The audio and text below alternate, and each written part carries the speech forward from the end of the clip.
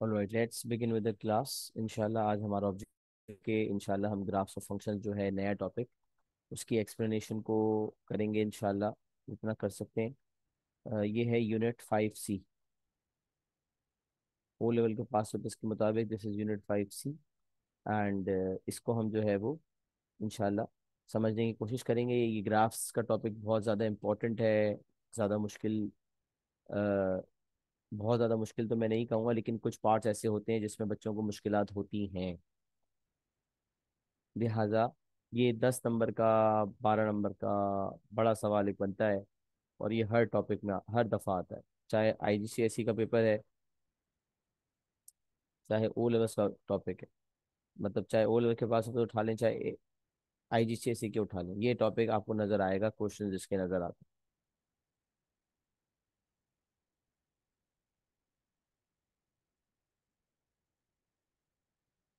तो graphs of functions के अंदर हमें एग्जामिनर सिलेबस में भी लिखता है, draw graphs for functions of the form y equals to a x power n where a is a rational constant and n equals to -2, -1, 0, 1, 2, 3। अब देख सकते हैं कि n आपको पावर में नजर आ रहा है। तो एग्जामिनर का कहना ये है कि n जो पावर है वो -2 भी हो सकती है, -1 भी हो सकती है, 0, 1, 2, 3 सब कुछ हो सकती है। अच्छा, अगर ये n की वैल्यू -2 या -1 है, तो इसका मतलब होगा कि जो फंक्शन है that is a reciprocal function. अगर n की वैल्यू 0 है, अब सोचें n की वैल्यू अगर 0 हो जाती है तो x पावर 0 जो है वो 1 हो जाएगा। any base to the power of 0 is 1। तो y will be equals to a। y equals to a एक हॉरिजॉन्टल लाइन, तो मैंने लिखा है HL मतलब horizontal line. y equals to a is a horizontal line. अच्छा, फिर अगर ये x की पावर 1 है, तो ये बात आपको पता है कि अगर वेरिएबल की पावर 1 हो तो इसका मतलब that is a linear function. तो पावर 1 जो है वो लीनियर फंक्शन होता है। कोऑर्डिनेट ज्योमेट्री में आपने लीनियर फंक्शन पढ़ा है ना, y equals to m x plus c. तो वो एम एक्स प्लस सी में भी आपको पता है कि एक्स की पावर 1 होती है।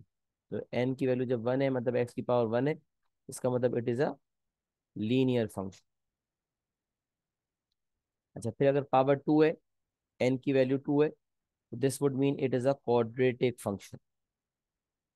क्वाड्रेटिक फंक्शन है तो क्वाड्रेटिक कर्व्स बनेंगे। कभी हैप्पी फेस कर्व बनता है जिसका मिनिमम पॉइंट होता है, कभी सैड फेस कर्व बनता है जिसका मैक्सिमम पॉइंट होता है। ये हमने यूनिट 2B वगैरह में, यूनिट 2 में अलजेब्रा जब कर रहे थे, जब कंप्लीटेड स्क्वायर फॉर्म कवर कर रहे थे, तो कंप्लीटेड स्क्वायर फॉर्म कवर करते हुए इस बात को हमने पढ़ा है कि मिनिमम पॉइंट भी होता है और मैक्सिमम पॉइंट भी होता है, and that depends upon the coefficient of x square. तो पावर 2 जो है वो क्वाड्रेटिक कर्व्स है, और अगर पावर 3 है तो that is cubic curves, cubic function है। और जो कर्व बनेगा उसे क्यूबिक कर्व कहा जाता है। तो -2, -1 रेसिप्रोकल फंक्शंस कहलाते हैं। 0 पे हॉरिजॉन्टल लाइन है, 1 पे लीनियर फंक्शन है तो स्ट्रेट लाइन होगी। क्वाड्रेट 2 पे क्वाड्रेटिक फंक्शन है तो क्वाड्रेटिक कर्व बनेगा। 3 पे क्यूबिक फंक्शन है तो क्यूबिक कर्व बनेगा। अब ये पावर्स आपको नजर आ रही होंगी as per what the examiner has written in the syllabus.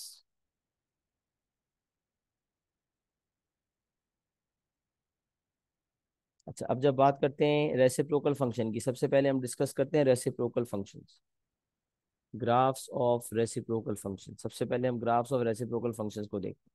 अच्छा, रेसिप्रोकल फंक्शंस होते क्या हैं ये भी समझ लें। रेसिप्रोकल फंक्शंस वो होते हैं जिसमें पावर वेरिएबल में हो, तो जिसमें power denominator, sorry, reciprocal functions वो होते हैं जिसमें वेरिएबल डिनोमिनेटर में हो। और ये तब होता है जब पावर में नेगेटिव, जब पावर में नेगेटिव नंबर हो। क्योंकि जब पावर में नेगेटिव नंबर होगा, जैसे मैं आपको बताऊं, ए एक्स पावर एन है ना, एन की जगह अगर आप -2 रख देते हैं जैसे मैंने यहाँ रखे देखा है, तो ये एक्स पावर -2 जो है, लॉ ऑफ इंडाइसिस कहता है कि अगर इंडाइसिस के रूल्स के मुताबिक अगर पावर नेगेटिव हो और उसे पॉजिटिव बनाना हो तो उसे कहाँ ले जाते हैं, उसकी प्लेसमेंट को चेंज कर देते हैं। अगर वो न्यूमरेटर में है उसे डिनोमिनेटर में ले जाएंगे, अगर वो उसे न्यूमरेटर में ले जाएंगे। तो अगर एक्स की पावर -2 आपको न्यूमरेटर में नजर आ रही है और इसकी पावर को पॉजिटिव करना है, तो you will move it to the denominator. तो मैंने यही किया। एक्स पावर माइनस टू को मैंने डिनोमिनेटर में शिफ्ट कर दिया तो ये एक्स पावर टू हो गया। मतलब आप देख सकते हैं कि पावर को पॉजिटिव करने के चक्कर में वो नीचे चला गया। अब क्योंकि y जो है वो ऊपर है और एक्स स्क्वायर नीचे है, इसका मतलब हम कहेंगे y is inversely proportional to x square. अगर unit 2D direct and inverse variation हमने पढ़ा है तो उसमें आपको याद है कि जो वेरिएबल अगर इनवर्सली प्रोपोर्शनल होता था तो एक न्यूमरेटर में होता था और एक डिनोमिनेटर में होता था। तो हम कहते थे y is inversely proportional to x square. तो ऐसे फंक्शन जिसमें वेरिएबल डिनोमिनेटर में नजर आ जाए और वेरिएबल अगर न्यूमरेटर में है तो उसकी पावर नेगेटिव नजर आ रही हो और उसकी पावर को पॉजिटिव करने के लिए उसे डिनोमिनेटर में शिफ्ट किया जाए, तो ऐसे फंक्शन को रेसिप्रोकल फंक्शन कहा जाता है। तो अगर हमारी पावर -2 है तो भी एक्स पावर माइनस टू नीचे जाने के बाद एक्स पावर टू हो जाएगा, और अगर पावर हमारी -1 है तो भी एक्स पावर -1 नीचे जाने के बाद एक्स पावर 1 हो जाएगा। तो y equals to a upon x square, ये भी रेसिप्रोकल फंक्शन की मिसाल है, और y equals to a upon x भी रेसिप्रोकल फंक्शन की मिसाल है। ऐसा बाजों का कॉम्बिनेशन भी होती हैं, मतलब अगर x की पावर 1 है मिसाल है और ये 2x है तो a अपॉन तो 5/x मिसाल है 2x के साथ मिल सकता है। अब ये रेसिप्रोकल फंक्शन है 5/x और 2x लीनियर फंक्शन है। तो examiner rights in the syllabus के इनका कॉम्बिनेशन भी एग्जिस्ट कर सकता है। मतलब एक ग्राफ हो जिसका इक्वेशन हो y equals to 5/x plus 2x। ये भी हो सकता है कि इसके अंदर वो एक्स स्क्वायर का तड़का भी लगा दे, उसको भी ऐड कर दे। तो इस तरह के इक्वेशंस भी एग्जामिनर दे सकता है। बट इस तरह के इक्वेशंस जब आते हैं तो एग्जामिनर की एक्सपेक्टेशन यही होती है कि हम ग्राफ बनाएं, और ग्राफ बनाने के लिए टेबल यूजुअली बना हुआ होता है, उसको फिलअप करना होता है। टेबल में आप एक्स की वैल्यूज डली हुई होती हैं, तो आप एक्स की वैल्यूज को सब्स्टिट्यूट करते हैं इक्वेशन में, वाई की वैल्यूज आती हैं, उसकी बेसिस पर आप पॉइंट्स प्लॉट करते हैं और आपका कर्व बन जाता है। तो याद रखें, किसी भी इक्वेशन का कर्व बनाना हो, आपने क्या करना होता है, आपने एक्स की मुख्तलिफ वैल्यूज को सब्स्टिट्यूट करना होता है, उसकी बेसिस पर आपके पास वाई की मुख्तलिफ वैल्यूज आती हैं, एक्स कॉमा वाई आपके कोऑर्डिनेट्स होते हैं, आप प्लॉट करते हैं और आपका आंसर आ जाता है। तो रेसिप्रोकल फंक्शन सबसे पहले हम कवर कर रहे हैं कि वो है जिसके अंदर कि जब x जो है x पावर n में n की वैल्यू जो है -2 या -1 है, तो हम इसको जब नीचे ले जाते हैं तो ये a अपॉन एक्स स्क्वायर या a अपॉन एक्स फॉर्म में आ जाता है। तो बॉटम लाइन समराइज ये किया कि अगर वेरिएबल डिनोमिनेटर में है तो वो रेसिप्रोकल फंक्शन है, लिहाजा a अपॉन एक्स स्क्वायर जो है उसमें भी x डिनोमिनेटर में नजर आ रहा है और a अपॉन एक्स में भी x डिनोमिनेटर में नजर आ रहा है। लिहाजा y and x are inversely proportional to each other. Y and x are inversely proportional, and we call that it is a y equals to a upon x square या y equals to a upon x is a reciprocal function. अच्छा, अब देखिए reciprocal function का जो graph बनता है ना, वो इन चार में से बनता है। अक्सर आपको ना ये चार क्वाड्रेंट्स नजर आएंगे। अभी now you know that when you draw x axis and y axis, then the x axis and the y axis divides the Cartesian plane. ये जो पूरा प्लेन होता है ना, एक्स वाई प्लेन कहते हैं जिसे, इसे कार्टेशियन प्लेन कहा जाता है। तो x and y axis divide a Cartesian plane into 4 quadrants. अब आप जब पीस ऑफ पेपर लेते हैं, पीस ऑफ पेपर जिस पे आप काम करते हैं, तो उसके भी आप चार पोर्शंस बना सकते हैं। अगर आप एक वर्टिकल लाइन ड्रॉ करें, अगर आप एक हॉरिजॉन्टल लाइन ड्रॉ करें, तो आपको चार क्वाड्रेंट्स नजर आएंगे। तो पहले क्वाड्रेंट में, अच्छा क्वाड्रेंट्स का जो सिस्टम है ना, उसमें एक ट्रिग्नोमेट्री होती है, उसके अंदर मखसूस नाम होते हैं हर क्वाड्रेंट के। तो वो ट्रिग्नोमेट्री तो हमारे सिलेबस में ओ लेवल्स में नहीं है। आईजीसीएसई में ट्रिग्नोमेट्री जिसने पढ़ा है उसने ये वाली चीज़ भी कवर की है कि ये हमारा फर्स्ट क्वाड्रेंट होता है, ये वाला हमारा सेकंड क्वाड्रेंट होता है। जहाँ पर एक्स भी पॉजिटिव हो और वाई भी पॉजिटिव हो, उस क्वाड्रेंट को फर्स्ट क्वाड्रेंट कहा जाता है। और फिर यहाँ से एंटी क्लॉकवाइज सेंस में बाकी क्वाड्रेंट्स डिसाइड होते हैं। क्लॉकवाइज सेंस में नहीं होते। क्लॉकवाइज सेंस में होते तो पहला ये होता, दूसरा ये होता, तीसरा ये होता, चौथा ये होता। लेकिन ऐसा नहीं, it is an anti clockwise sense. तो जब एक्स एंड वाई दोनों पॉजिटिव हैं जिस क्वाड्रेंट में, वो पहला क्वाड्रेंट कहलाता है।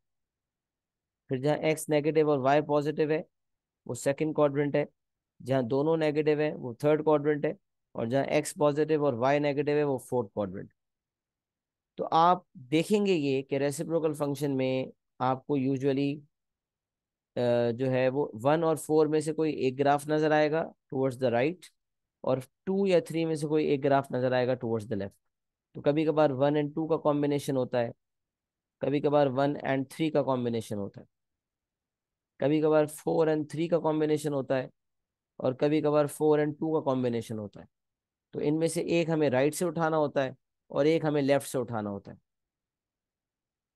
लेकिन एक खूबी हम देखते हैं कि ये अगर सिर्फ y equals to a upon x या ए अपॉन एक्स स्क्वायर का ग्राफ देखा जाए, तो ये कर्व्स एक्स एक्सिस को भी कट नहीं करते और वाई एक्सिस को भी कट नहीं करते। जब कोई कर्व ना एक्स एक्सिस को कट कर रहे हो ना वाई एक्सिस को कट कर रहे हो, मतलब एक्सिस एक कोई पर्टिकुलर लाइन के बहुत करीब तो जा रहे हो बट उसको कभी टच ना कर रहे हो, तो ऐसी लाइंस को एसिम्प्टोट्स कहा जाता है। एसिम्प्टोट्स ये ऊपर लिखा हुआ है, एसिम्प्टोट्स कहा जाता है। So over here in this particular example, the x-axis and the y-axis are called asymptotes because the curves do not meet these lines. लिहाजा ये asymptotes कहलाती हैं। सही है। asymptote के बारे में मैंने शायद कहीं लिखा होगा। अच्छा, asymptotes में एक horizontal asymptote होती है और एक vertical asymptote होती है। तो ये जो x-axis है ये horizontal asymptote है, और ये जो y-axis नजर आ रही है this is the vertical asymptote। अच्छा, अब देखिए ग्राफ बनता कैसे। तो मैंने आपको कहा कि इन चार में से आपको पहले और चौथे में से कोई एक शेप नजर आएगा। वर्टिकल एसिम्प्टोट के राइट पे एक कर्व बनता है और वर्टिकल एसिम्प्टोट के लेफ्ट पे एक बनता है। हाँ, अगर डोमेन रिस्ट्रिक्टेड हो, मतलब अगर मिसाल है एक्स इज ग्रेटर देन 0 के लिए बनाना है, मतलब वो कह रहा है 0 के बाद वाले रीजन के अंदर आपने कर्व बनाना है, तो 0 से पहले वाला पूरा रीजन तो ओमिट हो जाएगा, वो तो किसी काम का ही नहीं। तो ग्रेटर देन 0 के ऊपर या तो 1 वाला फंक्शन वैलिड, 1 वाला कर्व वैलिड होगा या 4 वाला वैलिड होगा। अब मुझे ये कैसे पता चले कि 1 वाला वैलिड है या 4 वाला वैलिड है? तो उसके लिए एक्स इज ग्रेटर देन 0, मतलब एक्स 0 से बड़ी वाली वैल्यूज आप इक्वेशन में डालेंगे और देखेंगे वाई क्या आता है। अगर एक्स इक्वल टू 0 से बड़ी वैल्यूज डालने पे वाई पॉजिटिव आता है, इसका मतलब पहले क्वाड्रेंट का कर्व है। और अगर एक्स की पॉजिटिव वैल्यूज डालने पे वाई नेगेटिव आता है, इसका मतलब फोर्थ क्वाड्रेंट में कर्व है, मतलब ये वाला शेप होगा। लेकिन रेसिप्रोकल फंक्शन में उसूल देखे ना, जब एक्स बढ़ रहा है तो वाई कम हो रहा है, देख रहे हैं कर्व यूं नहीं जा रहा, मतलब कर्व बढ़ नहीं रहा, इंक्रीज नहीं हो रहा कि एक्स बढ़ रहा है तो वाई बढ़ रहा है, बल्कि जैसे जैसे हम राइट जा रहे हैं तो कर्व नीचे आ रहा है। तो ये डाउनवर्ड स्लोपिंग कर्व आपके सामने नजर आ रहा है। इसका मतलब रेसिप्रोकल फंक्शन इसी तरह का होता है, एक बढ़ता है तो दूसरा कम हो रहा होता है। तो एक्स बढ़ता है तो वाई यहाँ पर कम हो रहा है।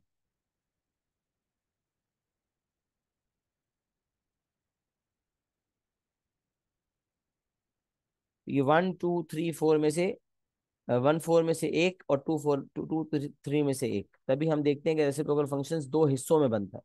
नॉर्मली जो ग्राफ्स बनते हैं वो कंटिन्यूटी में बनते हैं। जैसे मिसाल है, लीनियर लाइन बन रही है तो बस वो कंटिन्यूटी में जा रही है, नीचे भी एक्सटेंड करते रहे, कोई रुकावट नहीं है। अच्छा, कर्व की अगर बात करें तो क्वाड्रेटिक कर्व यहाँ भी एक्सटेंड हो रहा है, यहाँ भी एक्सटेंड हो रहा है, इसमें कोई रुकावट नजर नहीं आ रही। क्यूबिक कर्व अगर है तो क्यूबिक कर्व भी बस एक्स्ट्रा एक्सटेंड होता जा रहा है, यहाँ भी एक्सटेंड हो रहा है, यहाँ भी एक्सटेंड हो रहा है। लेकिन ये जो रेसिप्रोकल फंक्शन है ना, ये कंटिन्यूटी में नहीं चलते, इनमें ब्रेक आता है। एक हिस्सा इनका वर्टिकल एसिम्प्टोट के राइट पे बनता है और एक हिस्सा इनका वर्टिकल एसिम्प्टोट के लेफ्ट पे बनता है। रेसिप्रोकल फंक्शन में क्या होता है, फिर रिकॉल करें, पावर नेगेटिव होती है वेरिएबल की, लिहाजा वेरिएबल डिनोमिनेटर में चला जाता है, और y और x जो है वो डिफरेंट पोजीशंस पे होते हैं, एक न्यूमरेटर पे होता है और एक डिनोमिनेटर में होता है, and they are inversely proportional. Hence, when we are going to draw the graph will be a reciprocal function. The graph will be the graph of a reciprocal function. अच्छा, अब यहाँ पर समझने वाली बात यह है कि आपको हमेशा जब भी शेप ऑफ द कर्व सोचना है तो you have to substitute suitable values of x and then see what happens. अब रेसिप्रोकल फंक्शन को जज करने का शॉर्टकट तरीका क्या है? वैसे तो लॉन्ग कट तरीका तो यही है, एक्स डालते जाएं और देखते जाएं वाई क्या आ रहा है, और जो एक्स की वैल्यूज डालने पर वाई आ रहा है ना, उसको आप प्लॉट करते जाएं। जैसे x1 डालने पे वाई 5 आ रहा है तो 1,5 प्लॉट कर दें, x2 डालने पे वाई 2.5 हो रहा है तो 2,2.5 प्लॉट कर दें, x5 होने पे वाई 1 आ रहा है 5,5 प्लॉट कर दें। तो ये सारे पॉइंट्स जो है आप 1 बाय 1 करके प्लॉट कर दें।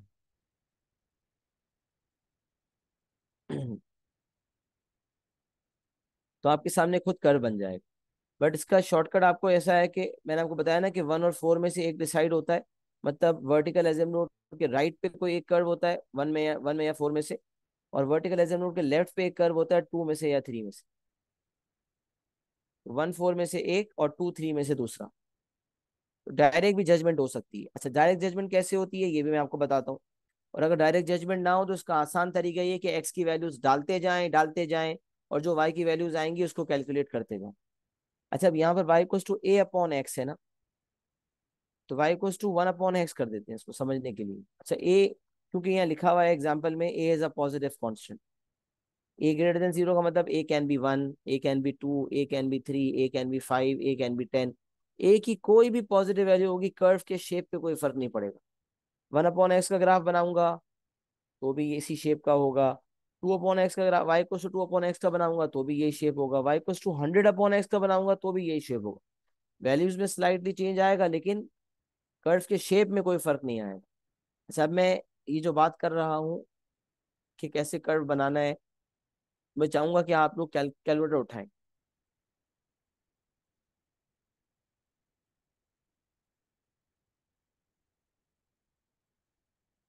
कैलकुलेटर उठाएं और मेरे साथ कैलकुलेशन करें। अच्छा, अब अगर आप कैलकुलेटर पे डालते हैं 1/x, लिखिए 1/x है तो एक्स की जगह आप डालें 1। तो आप देखिए x 1 डालने पे, देखिए ए की वैल्यू हमने 1 डिसाइड की, राइट। कोई और भी डिसाइड कर सकते थे, इस वक्त मैंने ए की वैल्यू 1 डिसाइड की क्योंकि ए इज पॉजिटिव, तो मैंने पॉजिटिव में ए की वैल्यू 1 डिसाइड की। 1/x में अगर एक्स की वैल्यू भी 1 ले लेते हैं तो ये 1/1 हो जाएगा। इसका मतलब 1,1। x 1 लेने पे वाई मेरा 1 आ रहा है। ये एक पॉइंट प्लॉट कर दिया। अच्छा, 1/x था, एक्स की वैल्यू 2 करें तो एक्स की वैल्यू 2 करने पे आपका वाई 0.5 हो गया। 1/2 मतलब 0.5। तो इसका मतलब बीच में प्लॉट कर दें, ये आपका 0.5 हो गया। तो 2,5 दूसरा पॉइंट हो गया। अच्छा, फिर आप 3 डालें 1/3, तो 0.333 आ गया। फिर आप 4 डालें तो 1/4 0.25 हो गया।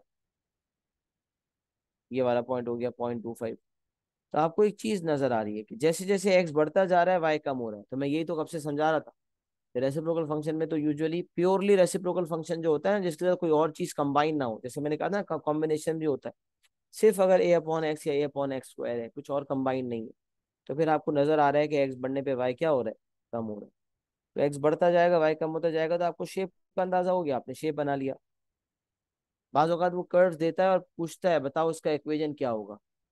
या बाज औकात इक्वेशन देता है, बोलता है ये 4 कर्व में से बताओ कौन सा कर्व इस पर्टिकुलर इक्वेशन का होगा। तो अगर आपको ये सेंस होगी कि आपको एक्स की वैल्यूज इनपुट करके वाई की वैल्यूज निकालनी है और फिर डिसाइड करना है, तो फिर आप इंशाल्लाह कभी मार नहीं खाएंगे। तो यहाँ से हम देख रहे हैं कि एक्स बढ़ने पर वाई आपका कम हो रहा है। रेसिप्रोकल फंक्शन में यही होता है, एक्स इंक्रीजेस वाई डिक्रीजेस। और फिर आप ये देखें कि जैसे जैसे आपका जो है वो एक्स बढ़ता चला जा रहा है वाई कम हो रहा है। लेकिन मैंने आपको पॉइंट डाल के देखा कि अगर आपका ए वन है तो 1/x में पहले 1 पे 1, फिर 2 पे 1, 0.5, 3 पे 0.33, 4 पे 0.25 एंड सो ऑन। एक्स बढ़ता जा रहा है वाई कम होता जा रहा है। अच्छा, अब एक चीज नोट करें कि एक्स बढ़ाने पर जितना भी बढ़ा दें, जैसे एक्स मैंने 100 कर दिया, 1/100 इज 0.01, अभी भी वाई पॉजिटिव आ रहा है। मैंने कहा चलो यार और बढ़ाता हूँ, तो 100 के बजाय 1000 कर दिया, तो 1/1000 मतलब 0.001 हो गया। तो आप ये देख रहे हैं कि एक्स में जितना बढ़ाता जा रहा हूँ वाई कम हो रहा है, लेकिन वाई कभी जीरो नहीं हो रहा और वाई कभी जीरो से नीचे भी नहीं जा रहा। तो वो वाली वैल्यू जो कभी अप्रोच नहीं होती, when x tends to infinity, the value that is approached by y, that if x increases, the value that y can never take will be the asymptote, will be the equation of the asymptote। तो x बढ़ाते बढ़ाते curve नीचे आ रहा था तो y की value कम हो रही थी। x बढ़ाने पे y की वैल्यू कम हो रही थी, लेकिन y की वैल्यू कम से कम भी 0 से ऊपर होगी। इसका मतलब y की वैल्यू हमेशा पॉजिटिव। तो इसीलिए x एक्सिस जो है जिसको कर्व कभी मिल ही नहीं सकता, मतलब ऐसा नहीं हो सकता x एक्सिस को मीट करने का मतलब है y 0। एक्स एक्सिस का इक्वेशन y = 0 होता है। अब आप देखेंगे कि y 0 डाल के अगर आप कभी वैल्यू निकालने की कोशिश भी करें ना, जैसे मिसाल है 1/x होता, तो 0 = 1/x से क्रॉस मल्टीप्लाई करेंगे तो 0 × x इज 0, 0 = 1। क्या 0 1 से बराबर होता है? नहीं भाई, 0 तो 1 से बराबर ही नहीं होता, तो इक्वेशन ही सेटिस्फाई नहीं हो पाता, वेरिएबल की वैल्यू ही नहीं आ पाती। तो पता चला एक्स को बढ़ाने पे वाई कम होगा, एक्स को कम करने पे वाई बढ़ेगा, बट वाई की वैल्यू 0 नहीं हो सकती, मतलब कर्व एक्स एक्सिस को टच नहीं कर सकता। अच्छा, अब आपने पॉजिटिव साइड पर देखा, मैंने आपको कहा था कैलकुलेटर उठाइएगा ना, तो 1 पे आपने देखा 1/x में 1/1 पे आपने देखा y1 आ रहा है, 1/2 पे आपने 0.5 देखा, 1/3 पे 0.33 देखा, तो आपको समझ आ गया कि x बढ़ने पे y कम हो रहा है। अब नेगेटिव में चेक करें, मिसाल है y कुछ टू 1/x होता, अब x की वैल्यू -1 चेक करें जरा, तो 1/-1, 1/-1 क्या हो गया भाई? 1/-1 एक्स की वैल्यू -1 है, तो 1/-1 इज नेगेटिव, ये एक पॉइंट हो गया। तो फिर आपने कहा -2 ट्राई करते हैं, तो 1/-2 इज -0.5, -1 का हाफ हो गया, -0.5। फिर -3 किया तो मजीद वाई की वैल्यू जो है, मतलब एक्स की नेगेटिविटी बढ़ती जा रही है लेकिन वाई की नेगेटिविटी कम होती जा रही है, तो वाई कुछ -1/3 हो गया। ये पॉइंट, 2 3 पॉइंट्स प्लॉट हो गए, इनको ज्वाइन कर लिया तो स्मूथ कर्व बन गया। शॉर्टकट ये कि ये देखें, इन दो कर्व्स के लिए मैंने आपको बताया ना, 4 क्वाड्रेंट्स में शेप होता है, इस तरह दो होते हैं, मतलब राइट में एक होता है ऊपर नीचे वाले में से, और लेफ्ट में भी ऊपर नीचे वाले में से एक होता है। तो अब यहाँ कैसे पता चला कि ऊपर नीचे वाले में से ऊपर है और यहाँ भी ऊपर नीचे वाले में से नीचे है? ये ऐसे पता चला कि अगर y को a/x है और a एक पॉजिटिव कांस्टेंट है, तो सोचें अगर a एक पॉजिटिव कांस्टेंट है तो x के पॉजिटिव होने पे y का आंसर क्या आएगा, पॉजिटिव या नेगेटिव? जैसे a की वैल्यू +1 है, a पॉजिटिव है और x भी पॉजिटिव आता है, तो positive upon positive will give you y positive. Positive value को पॉजिटिव वैल्यू से डिवाइड करेंगे तो y क्या आ जाएगा, पॉजिटिव आ जाएगा। इसीलिए आप देखें कि x पॉजिटिव पे जो y पॉजिटिव वाला क्वाड्रेंट है वो ये फर्स्ट वाला क्वाड्रेंट है, x पॉजिटिव पे y आपका पॉजिटिव होगा। अच्छा, अगर x आपका नेगेटिव है, जैसे मिसाल है 1/x था ना, मैं जो मिसाल कंसिडर कर रहा था, और मैं फिर रिपीट कर रहा हूँ कि 1/x लें, 5/x लें, 100/x लें, अगर ए पॉजिटिव कांस्टेंट है तो यही शेप का, यही कर्व का शेप होगा, इसके अलावा कुछ और नहीं होगा। तो अगर ए 1/x, -1/x पे बात कर रहा था, तो x की वैल्यू नेगेटिव रखने पर आपने देखा तो भी आपका आंसर नेगेटिव ही आ रहा था। तो एक्स पॉजिटिव पे y पॉजिटिव आ रहा था और x नेगेटिव पे y नेगेटिव आ रहा था। ऐसा क्यों हुआ? क्योंकि अगर a एक पॉजिटिव कांस्टेंट है और x की वैल्यू जो हम ले रहे हैं वो भी पॉजिटिव ले रहे हैं, तो positive upon positive will give a positive result for y। इसीलिए x positive pay y positive आ रहा है, तो ये शेप बन गया। डिसाइड ये करना था कि ऊपर वाला बना है या नीचे बना है, तो पता चल गया कि क्योंकि x positive pay y positive है, लिहाजा ऊपर वाला। और अगर 1/x का ग्राफ है और x की जगह नेगेटिव डाल देते हैं, तो positive value upon negative value, maths का उसूल है पॉजिटिव से नेगेटिव डिवाइड हो या नेगेटिव से पॉजिटिव डिवाइड हो, अगर किसी एक भी जगह पे नेगेटिव है तो अल्टीमेट आपका आंसर नेगेटिव आएगा। तो पॉजिटिव अपॉन नेगेटिव का आंसर क्योंकि नेगेटिव आता है, तो पता चला कि एक्स अगर नेगेटिव है तो वाई भी नेगेटिव होगा, अगर एक्स नेगेटिव है तो वाई भी नेगेटिव होगा, लिहाजा ये वाला क्वाड्रेंट सेलेक्ट हो गया, which is the third quadrant, 1 2 3 and 4। ये थर्ड क्वाड्रेंट जो है आपका क्वाड्रेंट हो गया।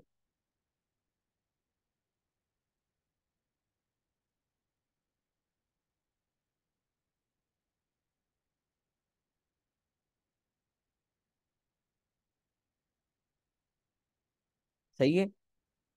अच्छा, तो अब पता चला अगर एक्स पॉजिटिव है तो उस पर वाई पॉजिटिव आ रहा है, लिहाजा it is the first quadrant, और अगर एक्स नेगेटिव है तो वाई आपका नेगेटिव आ रहा है, लिहाजा it is the third quadrant. Quadrant मैंने पहले ही बता दिए थे, नीचे लॉक कर दिए थे कि ये पहला होता है, ये दूसरा कहलाता है, ये तीसरा कहलाता है, ये चौथा कहलाता है। तो एक्स पॉजिटिव पे वाई पॉजिटिव है तो पहला क्वाड्रेंट, और एक्स नेगेटिव पे वाई नेगेटिव है तो तीसरा क्वाड्रेंट।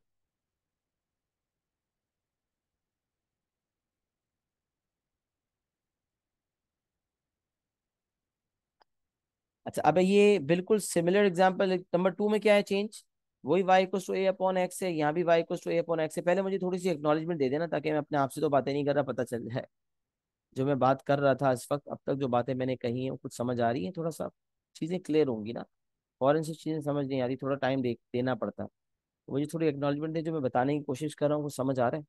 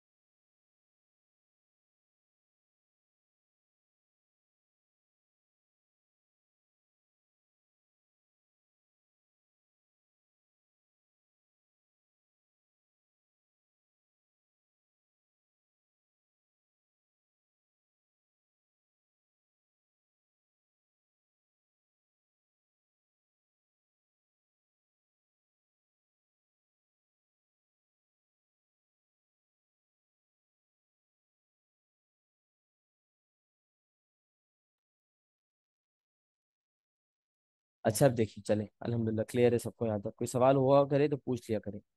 अच्छा, अब मैंने यहाँ पर ये कहा कि मिसाल है कि अगर y equals to a upon x का ग्राफ देखना है, लेकिन अब a is less than zero. यहाँ अगर आप देखें तो यही जो a था, यहाँ पर a पॉजिटिव की बात हो रही थी, और यहाँ जो a है, यहाँ a नेगेटिव की बात हो रही है। तो a is a positive constant और a is a negative constant, जो आपको नजर आ रहा है यहाँ से। तो अगर a पॉजिटिव है, तो आप देख रहे हैं कि पॉजिटिव वैल्यू a की थी, तब x अगर पॉजिटिव था तो positive upon positive pay y भी पॉजिटिव आए, पहला क्वाड्रेंट हो गया। और अगर a पॉजिटिव कांस्टेंट था और x नेगेटिव कांस्टेंट हो गया, तो पॉजिटिव अपॉन नेगेटिव से y का आंसर नेगेटिव आ गया। लिहाजा x नेगेटिव पे y नेगेटिव, थर्ड क्वाड्रेंट हो। सही है ना, ये हमने देखा। अब हम यहाँ अगर आप देखें, मिसाल है मैंने a की वैल्यू -1 ले ली। तो अगर a की वैल्यू मैंने नेगेटिव ले ली, तो हमारा इक्वेशन बन गया होगा y equal to -1 upon x, मैंने आपके सामने लिखा हुआ है। अब यहाँ पर आप खुद सोच के देखें कि अगर x पॉजिटिव होगा तो y का आंसर क्या आता है। अब देखिए, अगर x की वैल्यू कोई भी पॉजिटिव वैल्यू लेते हैं आप, ये तो समझ आ गया कि 1 2 3 4 जो नीचे चार ग्राफ्स आपको नजर आ रहे हैं, उनमें से कोई दो नहीं, बल्कि पहले और चौथे में से कोई एक, और दूसरे और तीसरे में से कोई एक। तो वर्टिकल एसिम्प्टोट के राइट से कोई एक, और वर्टिकल एसिम्प्टोट के लेफ्ट से कोई एक। तो वर्टिकल एसिम्प्टोट के राइट पे जो एक है, वो ऊपर की तरफ है या नीचे की तरफ है, और जो वर्टिकल एसिम्प्टोट के लेफ्ट पे है, वो ऊपर की तरफ है या नीचे की तरफ है। तो ये जो इस वक्त हम रेसिप्रोकल फंक्शंस पढ़ रहे हैं ना, इसमें एक्स एंड वाई एक्स से ज्यादा एसिम्प्टोट्स, ये मैंने मेंशन नहीं किया था।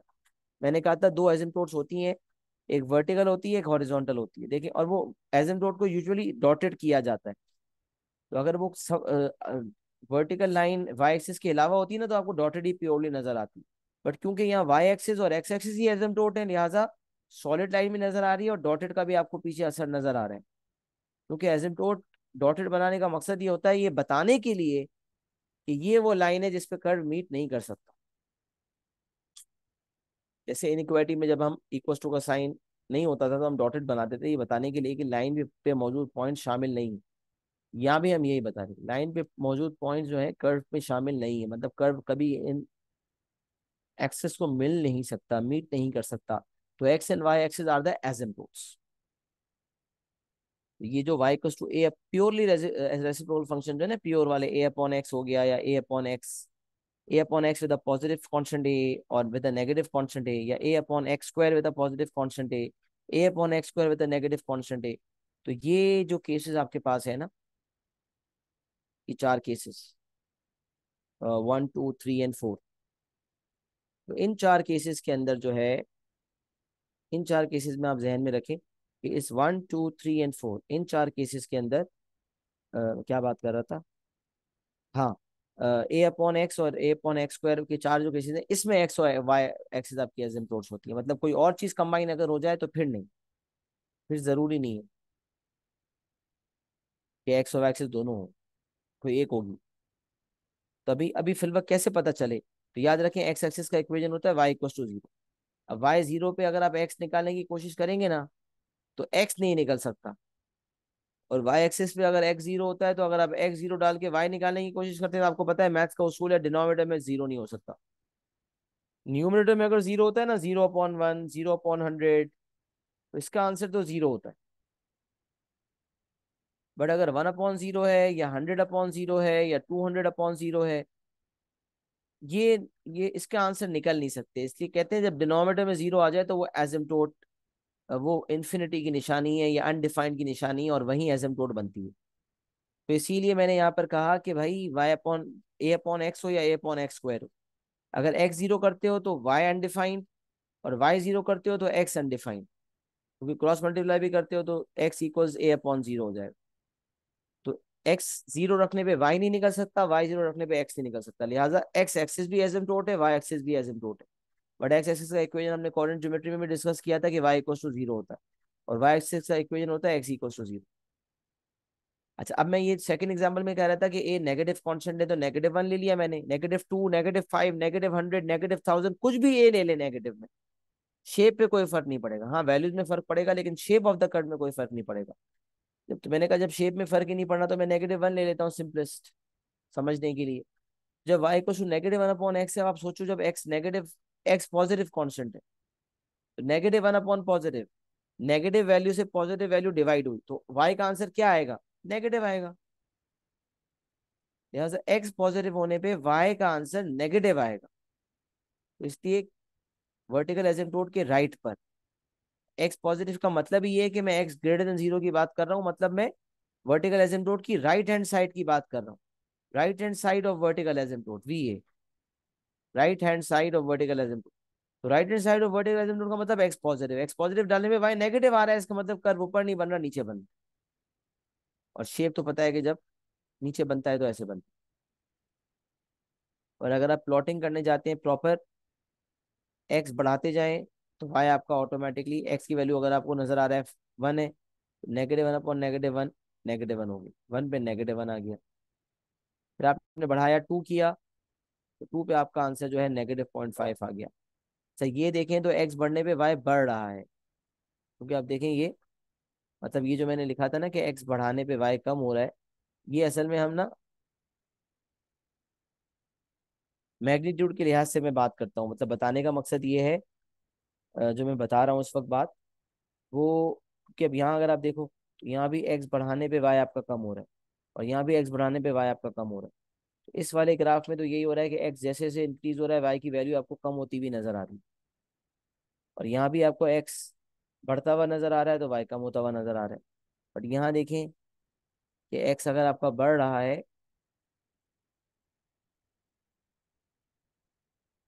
तो वाई की वैल्यू भी आपको बढ़ती हुई नजर आ रही है, वजह क्या है, नेगेटिव की वजह से। इस वाले में तो सिंपल सी बात है, एक्स बढ़ाने पे आपका वाई कम हो रहा है, और यहाँ भी एक्स बढ़ाने पे वाई कम हो रहा है, लेकिन क्योंकि अभी नेगेटिव है, लिहाजा जितना ज्यादा एक्स होगा वाई की वैल्यू उतनी छोटी तो होगी मैग्नीट्यूड में, बट माइनस, क्योंकि मैग्नीट्यूड में छोटी होने का फायदा ये होगा कि क्योंकि माइनस लगा हुआ है तो नेगेटिव वैल्यू कम से कम होगी, तो एक्स को बड़ा करने पे वाई की नेगेटिव वैल्यू छोटी हो जाएगी। लिहाजा आप देख सकते हैं कि एक्स बढ़ाने पे वाई की वैल्यू मैग्नीट्यूड के लिहाज से तो कम हो रही है, लेकिन वैसे बढ़ रही है। मतलब सोचे ना, एक्स अगर नेगेटिव वन पे वाई नेगेटिव वन आ रहा था, और एक्स नेगेटिव टू पे आपका वाई नेगेटिव पॉइंट फाइव हो जाता, तो आप देखें एक्स बढ़ाने, सॉरी वन पे, सॉरी एक्स वन पे आपका वाई नेगेटिव वन आ रहा था, और एक्स टू पे आपका वाई नेगेटिव पॉइंट फाइव हो गया। तो आप देख रहे हैं कि एक्स बढ़ाने पे वाई मेरा बढ़ रहा है ना, negative one comma negative one से two comma negative point five तक बात चली जा रही है, तो एक्स बढ़ने पे वाई की वैल्यू बढ़ रही है, क्योंकि नंबर लाइन पे नेगेटिव वन पे पीछे होता है और नेगेटिव पॉइंट फाइव बाद में होता है। इसका मतलब ये है कि बढ़ रहा है वाई, एक्स बढ़ाने पे वाई बढ़ रहा है। तो आसान कॉन्टेक्स्ट में देखा जाए ना, तो आसानी इसमें होती है कि आप एक्स डालते जाओ और वाई की वैल्यूज को देखते जाओ, और उसकी बेसिस पर आपको खुद ही पता चल जाएगा। दुनिया का कोई भी कर्व बनाना हो, अगर ये पॉलिसी आपको समझ आ गई ना, तो फिर इंशाल्लाह आपको मसला नहीं होगा। तो एक्स बढ़ाने पे वाई आपका, अब, हाँ, बढ़ रहा है और यहाँ भी बढ़ रहा है, लेकिन हम इससे ज्यादा फोकस किस चीज पे कर रहे हैं कि एक्स अगर पॉजिटिव है तो वाई क्या है, क्योंकि शेप तो मैंने डिसाइड कर लिया है कि पहले क्वाड्रेंट में है तो इस तरह का है, सेकंड में है तो इस तरह का शेप है, थर्ड में है तो इस तरह का शेप है, फोर्थ में है तो इस तरह का शेप है। फर्स्ट एंड थर्ड में आपको इस तरह का शेप नजर आ रहा है, सेकंड में इस तरह का, थर्ड में इस तरह का, फोर्थ में इस तरह का। तो वर्टिकल एजेंट के राइट पर ऊपर या नीचे वाले में से कोई एक बनेगा, और वर्टिकल के लेफ्ट पे ऊपर या नीचे में से एक बनेगा। होगा होगा क्या, रेसिप्रोकल फंक्शन एक ही है, लेकिन ग्राफ दो हिस्सों में बन रहा है। दो हिस्सों में क्यों बन रहा है? एसिम्प्टोट की रुकावट की वजह से। यहाँ पर हमने देखा था कि एक्स पॉजिटिव पे वाई पॉजिटिव आ रहा था तो ऊपर, और एक्स नेगेटिव पे वाई नेगेटिव आ रहा था तो नीचे। लेकिन यहाँ हम देखते हैं कि अगर एक्स पॉजिटिव रख रहा हूँ, एक्स पॉजिटिव रख रहा हूँ तो वाई नेगेटिव आ रहा है, तो ये नीचे बनेगा। और अगर मैं एक्स की वैल्यू नेगेटिव रखता हूँ तो नेगेटिव अपॉन नेगेटिव पॉजिटिव हो जाएगा, एक्स नेगेटिव पे वाई पॉजिटिव आएगा। तो एक्स पॉजिटिव पे वाई नेगेटिव, एक्स पॉजिटिव पे वाई नेगेटिव, और एक्स नेगेटिव पे वाई पॉजिटिव, एक्स पॉजिटिव पे y negative and x negative पे वाई पॉजिटिव। ये जो आपकी सिलसिला है ना, ये आपको मैंने लिखने की वजह यही है कि आपको पता चल जाए कि आपका शेप क्या है, क्योंकि अक्सर ना ये सवाल कोई आता है, 1 नंबर के लिए 2 नंबर के लिए भी पूछता है। कभी ये बड़े पेपर 4 में पूछे, आईजीसीएसई के, या ओ लेवल्स के पेपर 2 में पूछे, तो और स्केच करने का कहे तो टेबल बना के देता है, फिर तो आपने एक्स की वैल्यूज डालनी होती है और आपकी प्लॉटिंग करनी होती है। लेकिन अगर आपको सिर्फ शेप आइडेंटिफाई करके इक्वेशन बताना है, इक्वेशन देखकर शेप आइडेंटिफाई करना है, या शेप आइडेंटिफाई करके इक्वेशन बताना है, तो उस केस के अंदर आप कोई किसी तरह चेक करते हैं कि एक्स पॉजिटिव पे वाई पॉजिटिव है तो ऊपर, और एक्स नेगेटिव पे वाई नेगेटिव है तो नीचे। और यहाँ पर एक्स पॉजिटिव पे वाई नेगेटिव है तो नीचे, और एक्स नेगेटिव पे वाई पॉजिटिव है तो ऊपर। ये चीज मैंने इसमें लिखी हुई।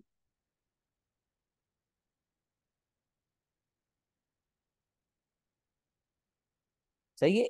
Y equals to a upon x का जो मैंने ग्राफ समझाने की कोशिश की, मुझे बताएं एसिम्प्टोट्स क्या होती हैं, ये समझ आया? एसिम्प्टोट्स वो लाइंस होती हैं जिसपे कर्व्स कभी मिलते नहीं है, सही, कर्व उनसे बहुत करीब हो जाते हैं बट मीट नहीं करते। और शेप किस तरह से आइडेंटिफाई करना है? एक्स की मुख्तलिफ वैल्यूज डाल डाल कर चेक करनी है वाई का आंसर क्या आ रहा है। सही है, अगर नहीं समझ आ रहा बिल्कुल तो, वरना अगर सिर्फ प्योरली रेसिप्रोकल फंक्शन है तो सिर्फ ये भी देख सकते हैं कि एक्स पॉजिटिव पे वाई नेगेटिव है या पॉजिटिव है, एक्स पॉजिटिव पे वाई नेगेटिव है या पॉजिटिव है, और एक्स नेगेटिव पे वाई पॉजिटिव है या नेगेटिव है, ये देख लेंगे तो शेप का अंदाजा हो जाएगा। और ये चार हमने क्वाड्रेंट्स में कर्व बनाए, इन्हीं में से हमें एक फर्स्ट एंड फोर्थ में से एक लेना होगा और सेकंड एंड थर्ड में से एक लेना होगा। अगर तो x belongs to real number आपका डोमेन है, मतलब एक्स का कोई डोमेन स्पेसिफाइड नहीं है, तमाम वैल्यूज ऑफ एक्स है। बट अगर एग्जामिनर कहेगा एक्स इज ग्रेटर देन 0 का ग्राफ बनाओ, तो फिर आपको पता है ये वाला नहीं बनेगा, सिर्फ ये वाला बनेगा, क्योंकि एक्स लेस देन 0 को उसने बनाने को कहा ही नहीं है। अगर वो ऑल वैल्यूज ऑफ एक्स के लिए कहता तो फिर दोनों शेप्स बनते। लेकिन अगर वो एक्स ग्रेटर देन 0 का कह रहा है, मतलब एक्स की पॉजिटिव वैल्यूज पे कह रहा है, तो सिर्फ ऊपर वाला बनेगा, सिर्फ राइट वाला बनेगा। अच्छा, अगर वो कहता है एक्स लेस देन 0 का ग्राफ बनाओ, तो फिर ये नहीं बनता, ये पूरी साइड इग्नोर होती, फिर सिर्फ ये वाली चीज बनती, क्योंकि एक्स नेगेटिव पे उसने पूछा है। इसी तरह यहाँ पर अगर एक्स पॉजिटिव पे पूछता है, एक्स ग्रेटर देन 0 पे, तो ये नहीं चीज, ये साइड कैंसिल कर देता, ये वाली लेता। और अगर एक्स नेगेटिव लेस देन 0 पे कहता तो ये वाली लेता और ये वाली काट देता। तो अगर डोमेन यानी कि एक्स की वैल्यूज में कोई रिस्ट्रिक्शन है तो उसके हिसाब से एक ही हिस्सा बनेगा, और अगर डोमेन में रिस्ट्रिक्शन नहीं है, तमाम वैल्यूज ऑफ एक्स के लिए बनाना है, तो फिर दोनों हिस्से बनेंगे। काफी सारी इंफॉर्मेशन मैंने आपको देने की कोशिश की है, और चीजें वक्त के साथ क्लियर भी होंगी इंशाल्लाह। मुझे जरा बताएं, यहाँ तक बात समझ आ रही है सबको? कोई चीज पूछनी है तो बता दे, वरना एक्नॉलेजमेंट दे दें कि सर अल्हम्दुलिल्लाह क्लियर है।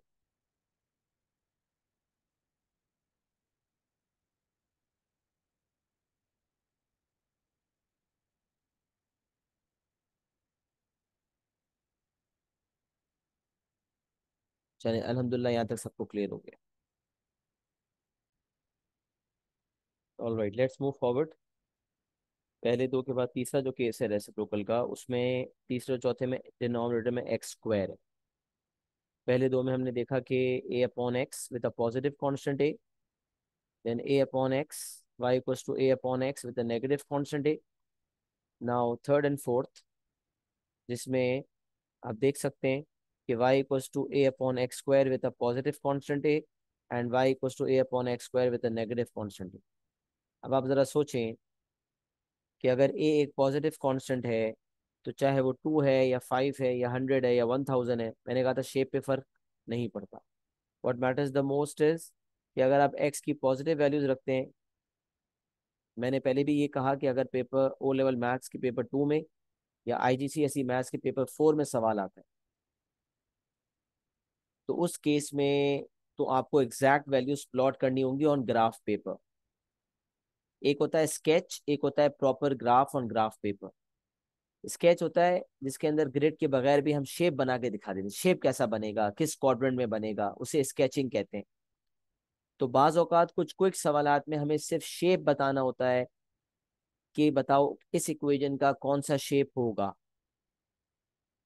और बाज औकात हमें प्रॉपर ग्राफ बनाना पड़ता है ऑन ग्राफ पेपर। जो ग्रिड होती है उस पर पॉइंट्स प्लॉट करके ग्राफ बनाना होता है। तो अगर पॉइंट्स प्लॉट करके ग्राफ बनाना है फिर तो हम एक्स की वैल्यूज डाल डाल के एक टेबल बनाते हैं। जैसे कोऑर्डिनेट ज्योमेट्री में कैसे सीखा था कि लाइन प्लॉट करने के लिए पॉइंट्स डालते हैं, एक्स की 3 वैल्यूज डालेंगे, दो के बेसिस पे भी काम हो जाता है। पर ज्यादा बेहतर है कि 3 पॉइंट्स लिए जाएं कि एक्स की वैल्यू मिसाल है -1 ले ली, 0 ले ली, 1 ले ली, या कोई और एक्स की वैल्यूज ले ली जो ग्रिड पे मौजूद है, और आपने अकॉर्डिंगली सब्स्टिट्यूट करके वाई की वैल्यूज निकाल ली। तो अगर आपको तो ग्राफ पेपर पे काम करना है तो उस केस में तो आप प्रॉपर जो है एक्स की वैल्यूज सब्स्टिट्यूट करके वाई की वैल्यूज निकालेंगे, पॉइंट्स प्लॉट करेंगे, तब जाके आपका कर्व बनेगा।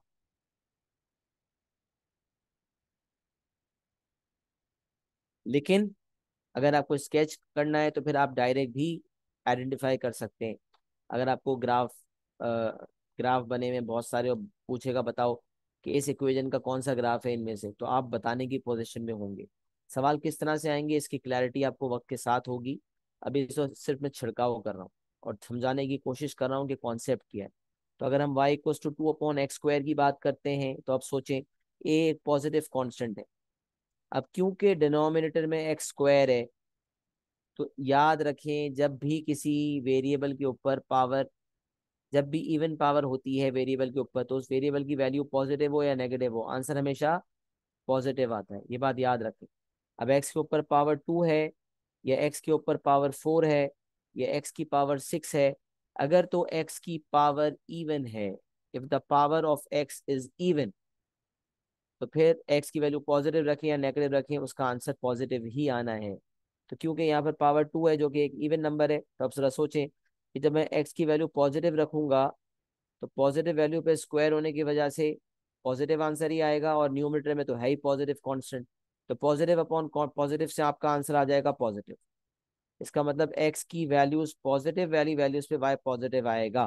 तो आप समझ गए कि फर्स्ट क्वाड्रेंट में ग्राफ बनेगा।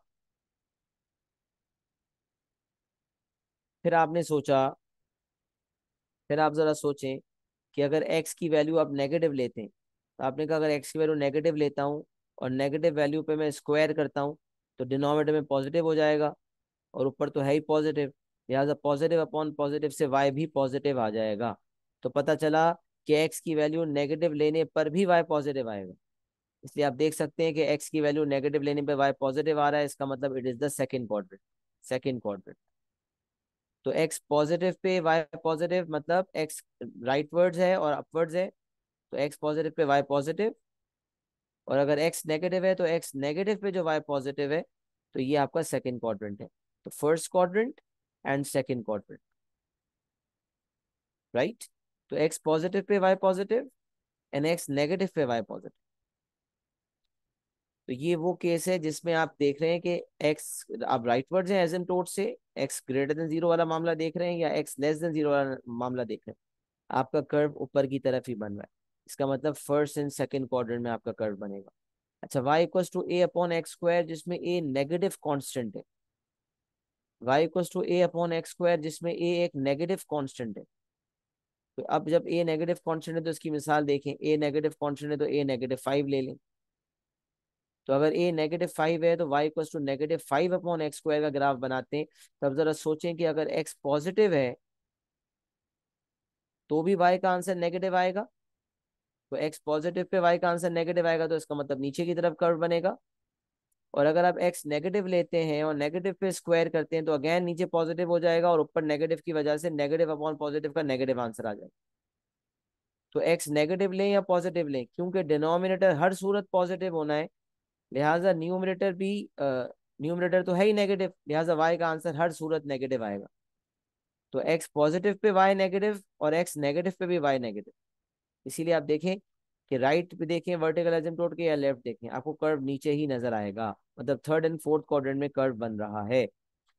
यहाँ पर x² है, पॉजिटिव लें x या नेगेटिव लें, डिनोमिनेटर पॉजिटिव ही होना है क्योंकि न्यूमरेटर भी पॉजिटिव है, लिहाजा y हमेशा पॉजिटिव होगा। तो x पॉजिटिव पे भी y पॉजिटिव और x नेगेटिव पे भी y पॉजिटिव।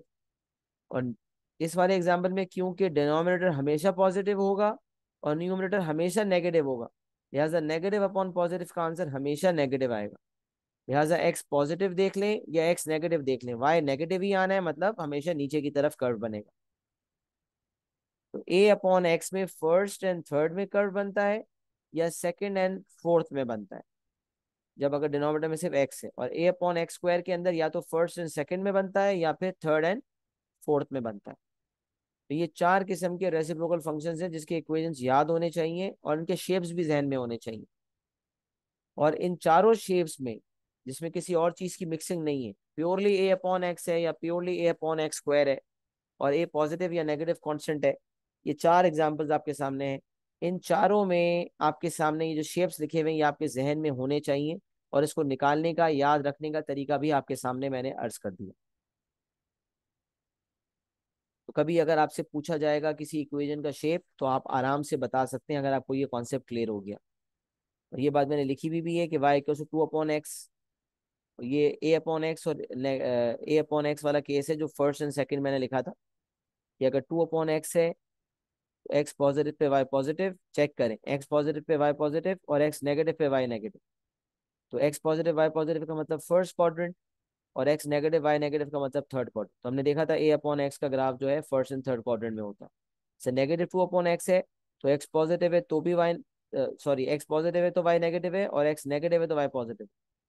तो इस हिसाब से सेकंड एंड फोर्थ क्वाड्रेंट बन गया, तो ये हमने ऊपर देखा था। और अगर 2/x स्क्वायर है तो एक्स पॉजिटिव पे भी वाई पॉजिटिव और एक्स नेगेटिव पे भी वाई पॉजिटिव, तो फर्स्ट एंड सेकंड। और वाई को नेगेटिव 2/x स्क्वायर है क्योंकि ऊपर नेगेटिव कांस्टेंट है और एक्स स्क्वायर हमेशा पॉजिटिव है, तो एक्स पॉजिटिव पे भी वाई नेगेटिव आ रहा है और एक्स नेगेटिव पे भी वाई नेगेटिव आ रहा है, इसका मतलब थर्ड एंड फोर्थ क्वाड्रेंट। तो ये नीचे भी मैंने इस तरह से लिखा हुआ है, ऊपर भी मैंने इस चीज को लिखा हुआ है। सही है, री करने के लिए मैंने सारी बातें आपके सामने प्रॉपर तरीके से डिटेल में एक्सप्लेनेशन दी। मुझे जरा बताएं क्या ये चारों एग्जांपल्स आप लोगों को क्लियर हो गए?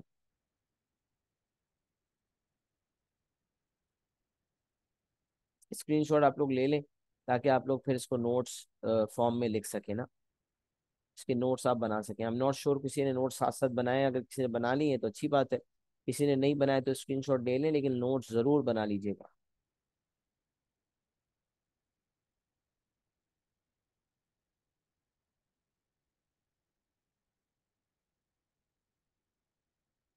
एक्नॉलेजमेंट सब दे दिया करें।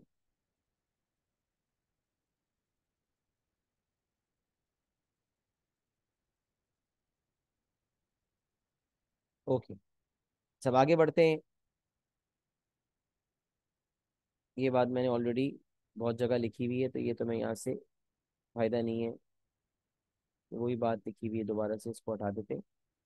अच्छा, अब यहाँ देखिए, और अब वो बात जो मैं पहले ही बता चुका कि रेसिप्रोकल फंक्शन में दो एसिम्प्टोट्स होती हैं, एक वर्टिकल और एक हॉरिजॉन्टल। तो हॉरिजॉन्टल एसिम्प्टोट जो हमने एग्जांपल्स देखे उसमें हॉरिजॉन्टल एसिम्प्टोट एक्स एक्सिस थी। अच्छा, हॉरिजॉन्टल एसिम्प्टोट का इक्वेशन हमेशा y equals to a form में होता है, बट अभी हमने जो एसिम्प्टोट्स देखी ना वो एक्स एक्सिस थी, तो एक्स एक्सिस का equation y equals to zero होता है। हॉरिजॉन्टल एसिम्प्टोट का इक्वेशन हमेशा y equals to a form में होगा where a is a constant, but क्योंकि अभी हमने जो एसिम्प्टोट देखी हॉरिजॉन्टल में वो एक्स एक्सिस है, उसका इक्वेशन होता है y equals to zero. y equals to zero is your asymptote. फिर एक आपकी वर्टिकल एसिम्प्टोट होती है। वर्टिकल एसिम्प्टोट जो है, वर्टिकल एसिम्प्टोट वर्टिकल एसिम्प्टोट का इक्वेशन हमेशा x equals to a form में होता है। वर्टिकल एसिम्प्टोट का इक्वेशन हमेशा x equals to a form में होता है।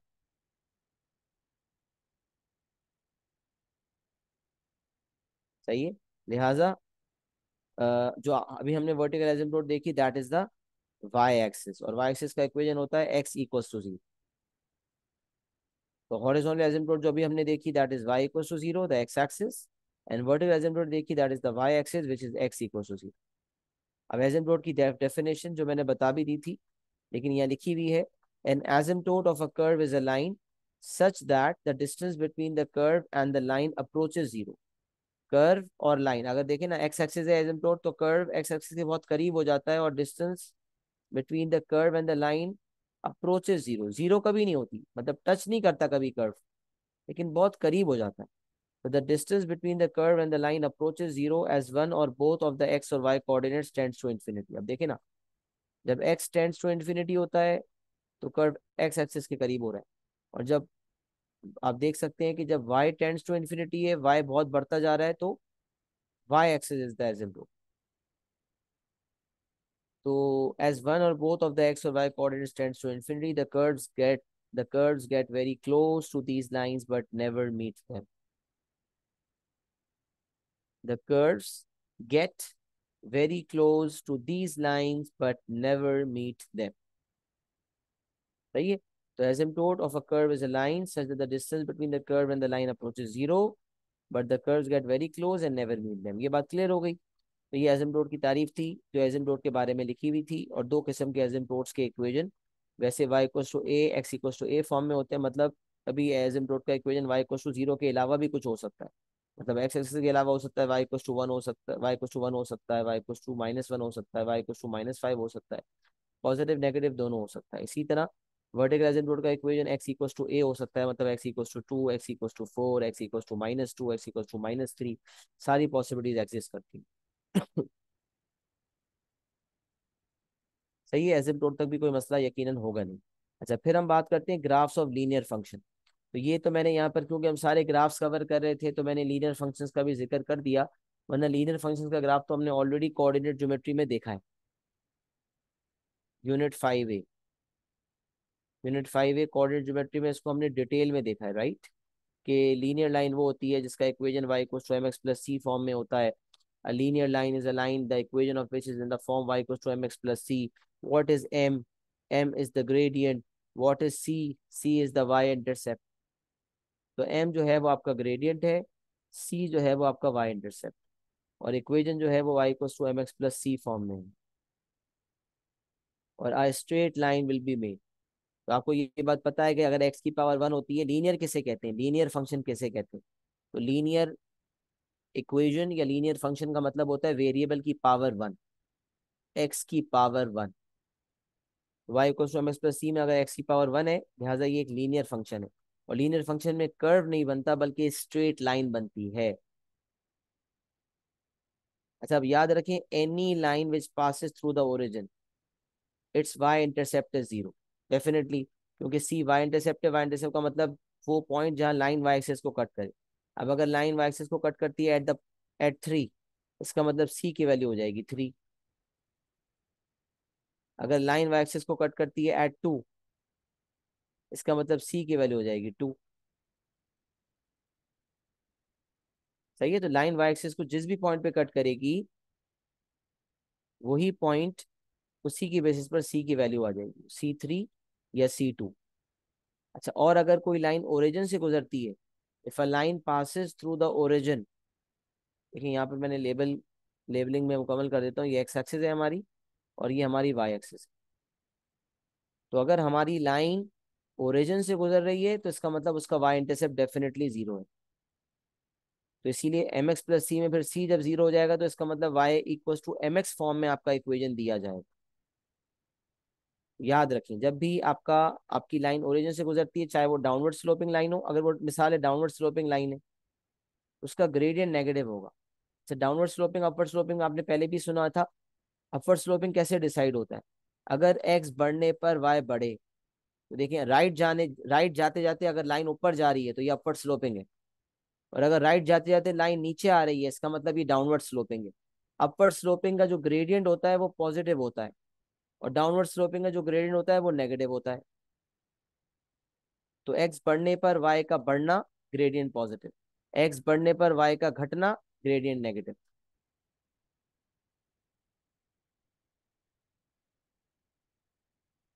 अच्छा, अब ग्रेडियंट नेगेटिव हो पॉजिटिव होगा, लेकिन अगर लाइन ओरिजिन से गुजरेगी तो वाई इंटरसेप्ट तो डेफिनेटली जीरो होगा। इसका मतलब equation will be of the form y equals to m x.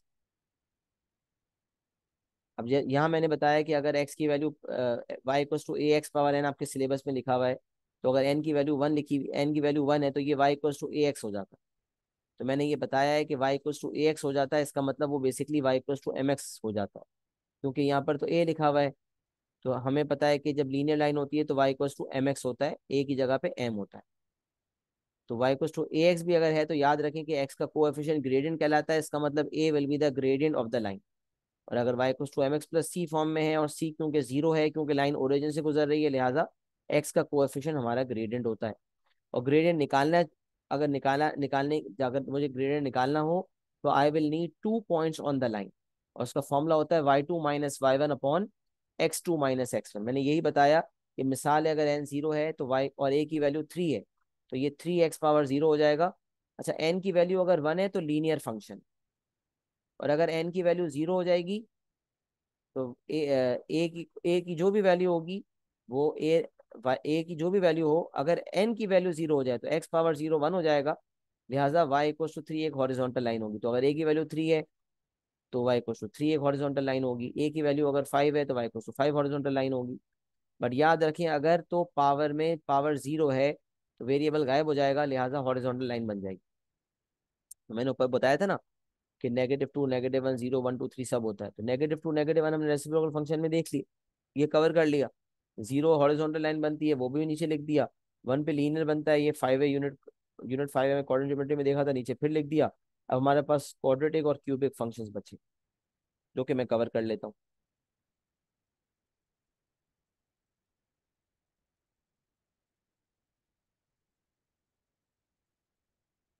तो मैं कह रहा था कि अगर n जीरो है तो एक हॉरिजॉन्टल लाइन बनेगी क्योंकि वेरिएबल गायब हो जाता है, और अगर n की वैल्यू 1 है तो लीनियर फंक्शन बनेगा और स्ट्रेट लाइन बनेगी। और लीनियर फंक्शन में भी अगर लाइन ओरिजिन से पास करती है, इसका मतलब उसका उसका जो है वो y इंटरसेप्ट जीरो होगा, या यूं सोच लें कि अगर किसी लाइन में y को एम एक्स प्लस सी में c जीरो होगा, इसका मतलब वो लाइन ओरिजिन से गुजरेगी।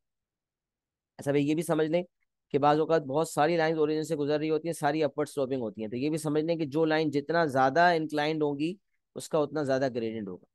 मतलब ये बाज़ औक़ात होता है कि कुछ सवाल आते हैं जिसके अंदर आपको इक्वेशन आइडेंटिफाई करना होता है। तो L1 से ऊपर है क्योंकि L2, लिहाजा L2 का ग्रेडियंट ज़्यादा होगा।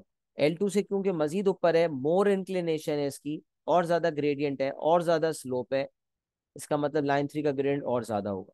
तो अब अगर मेरे पास तीन इक्वेशन थे, y equal to half x, y equal to 2x and y equal to 3x, तो मुझे आइडेंटिफाई करना है कि बताओ इनमें से कौन सा इक्वेशन लाइन 1 का है, कौन सा लाइन 2 का है, कौन सा लाइन 3 का है। तो क्योंकि y equal to half x जो है उसमें ग्रेडियंट सबसे कम है, m इज हाफ, और लाइन 1 आपको यहाँ पर नजर आ रही है जो सबसे ज्यादा हॉरिजॉन्टल से करीब है। जो हॉरिजॉन्टल से जितना ज्यादा करीब है उसका ग्रेडियंट उतना कम होगा, और जो वर्टिकल से जितना ज्यादा करीब होगा उसका ग्रेडियंट उतना ज्यादा होगा। तो अब याद रखें उसूल, हॉरिजॉन्टल लाइन का ग्रेडियंट जीरो है, जैसे जैसे मैं बढ़ता चला जाऊंगा ग्रेडियंट बढ़ता चला जाएगा, और बढ़ते बढ़ते बढ़ते बढ़ते जैसे ही वर्टिकल पे पहुंचूंगा तो याद रखें वर्टिकल लाइन का जो ग्रेडियंट होता है ना, that is infinite. Horizontal line का ग्रेडियंट होता है जीरो। आहिस्ते आहिस्ते बढ़ते जाएं बढ़ते जाएं बढ़ते जाएं, जैसे ही वर्टिकल पे पहुंचे तो वर्टिकल लाइन का जो ग्रेडियंट होता है that is infinite, undefined. Undefined क्यों है? क्योंकि हम डिफाइन ही नहीं कर सकते, इतना ज्यादा है, तो उसको इनफाइनाइट या अनडिफाइंड कहा जाता है। और उसको लिखने के लिए हम कहते हैं y इक्वल टू 1/0। कभी आप y एक्सिस पे 2 पॉइंट्स लेकर ग्रेडियंट निकालेंगे ना, तो 1/0 या 2/0 या 5/0 इस तरह का आंसर आएगा। और आपको पता है मैथ्स में अगर डिनोमिनेटर में जीरो आ जाए, कभी डिनोमिनेटर में अगर कैलकुलेशन में जीरो आ जाए तो मैथ एरर आ जाता है, कैलकुलेटर मैथ एरर देता है। Why? Because it is undefined, it is infinite, it can not be calculated. तो हॉरिजॉन्टल से वर्टिकल के दरमियान ग्रेडियंट आपका बढ़ रहा होता है। हॉरिजॉन्टल पे जीरो है, वर्टिकल पे इन्फिनिटी है, इसके दरमियान ग्रेडियंट ज्यादा और कम होता चला जाएगा। लाइन जितना हॉरिजॉन्टल से करीब होगी उतना कम, और लाइन जितना वर्टिकल से करीब होगी उतना ज्यादा। तो इसका मतलब L1 का ग्रेडियंट सबसे कम होगा, L2 का दरमियाना होगा, और L3 का सबसे ज्यादा होगा। लिहाजा y को हाफ एक्स में हाफ एक्स, 2x और 3x में हाफ सबसे कम है, लिहाजा लाइन L1 होगी ये, क्योंकि ग्रेडियंट सबसे कम है। दरमियाना ग्रेडियंट y को 2x का है तो ये लाइन 2 है, और सबसे ज्यादा ग्रेडियंट y को 3x का है तो ये लाइन 3 है। तो ये हमारा लीनियर फंक्शन का ग्राफ भी कवर हो गया। और ये यूनिट 5 में ऑलरेडी पढ़ा हुआ था कि लाइन कभी बनानी होती है तो आप एक्स की तीन वैल्यूज डालें, दो वैल्यूज की बेसिस पर भी लाइन बन जाती है, बट बेहतर है कि 3 पॉइंट्स ले लें, ज्यादा अच्छी एक्यूरेट लाइन बन जाती है। तो ये वाला एस्पेक्ट भी मैंने आपके सामने रिविजन के तौर पे रख दिया। मुझे बताएं, लीनियर फंक्शन तक हमने जो कुछ पढ़ा, यहाँ तक किसी का कोई सवाल, कोई चीज़ कोई पूछना चाह रहा हो तो बता दें, वरना क्लियर लिख दें so that we can move forward.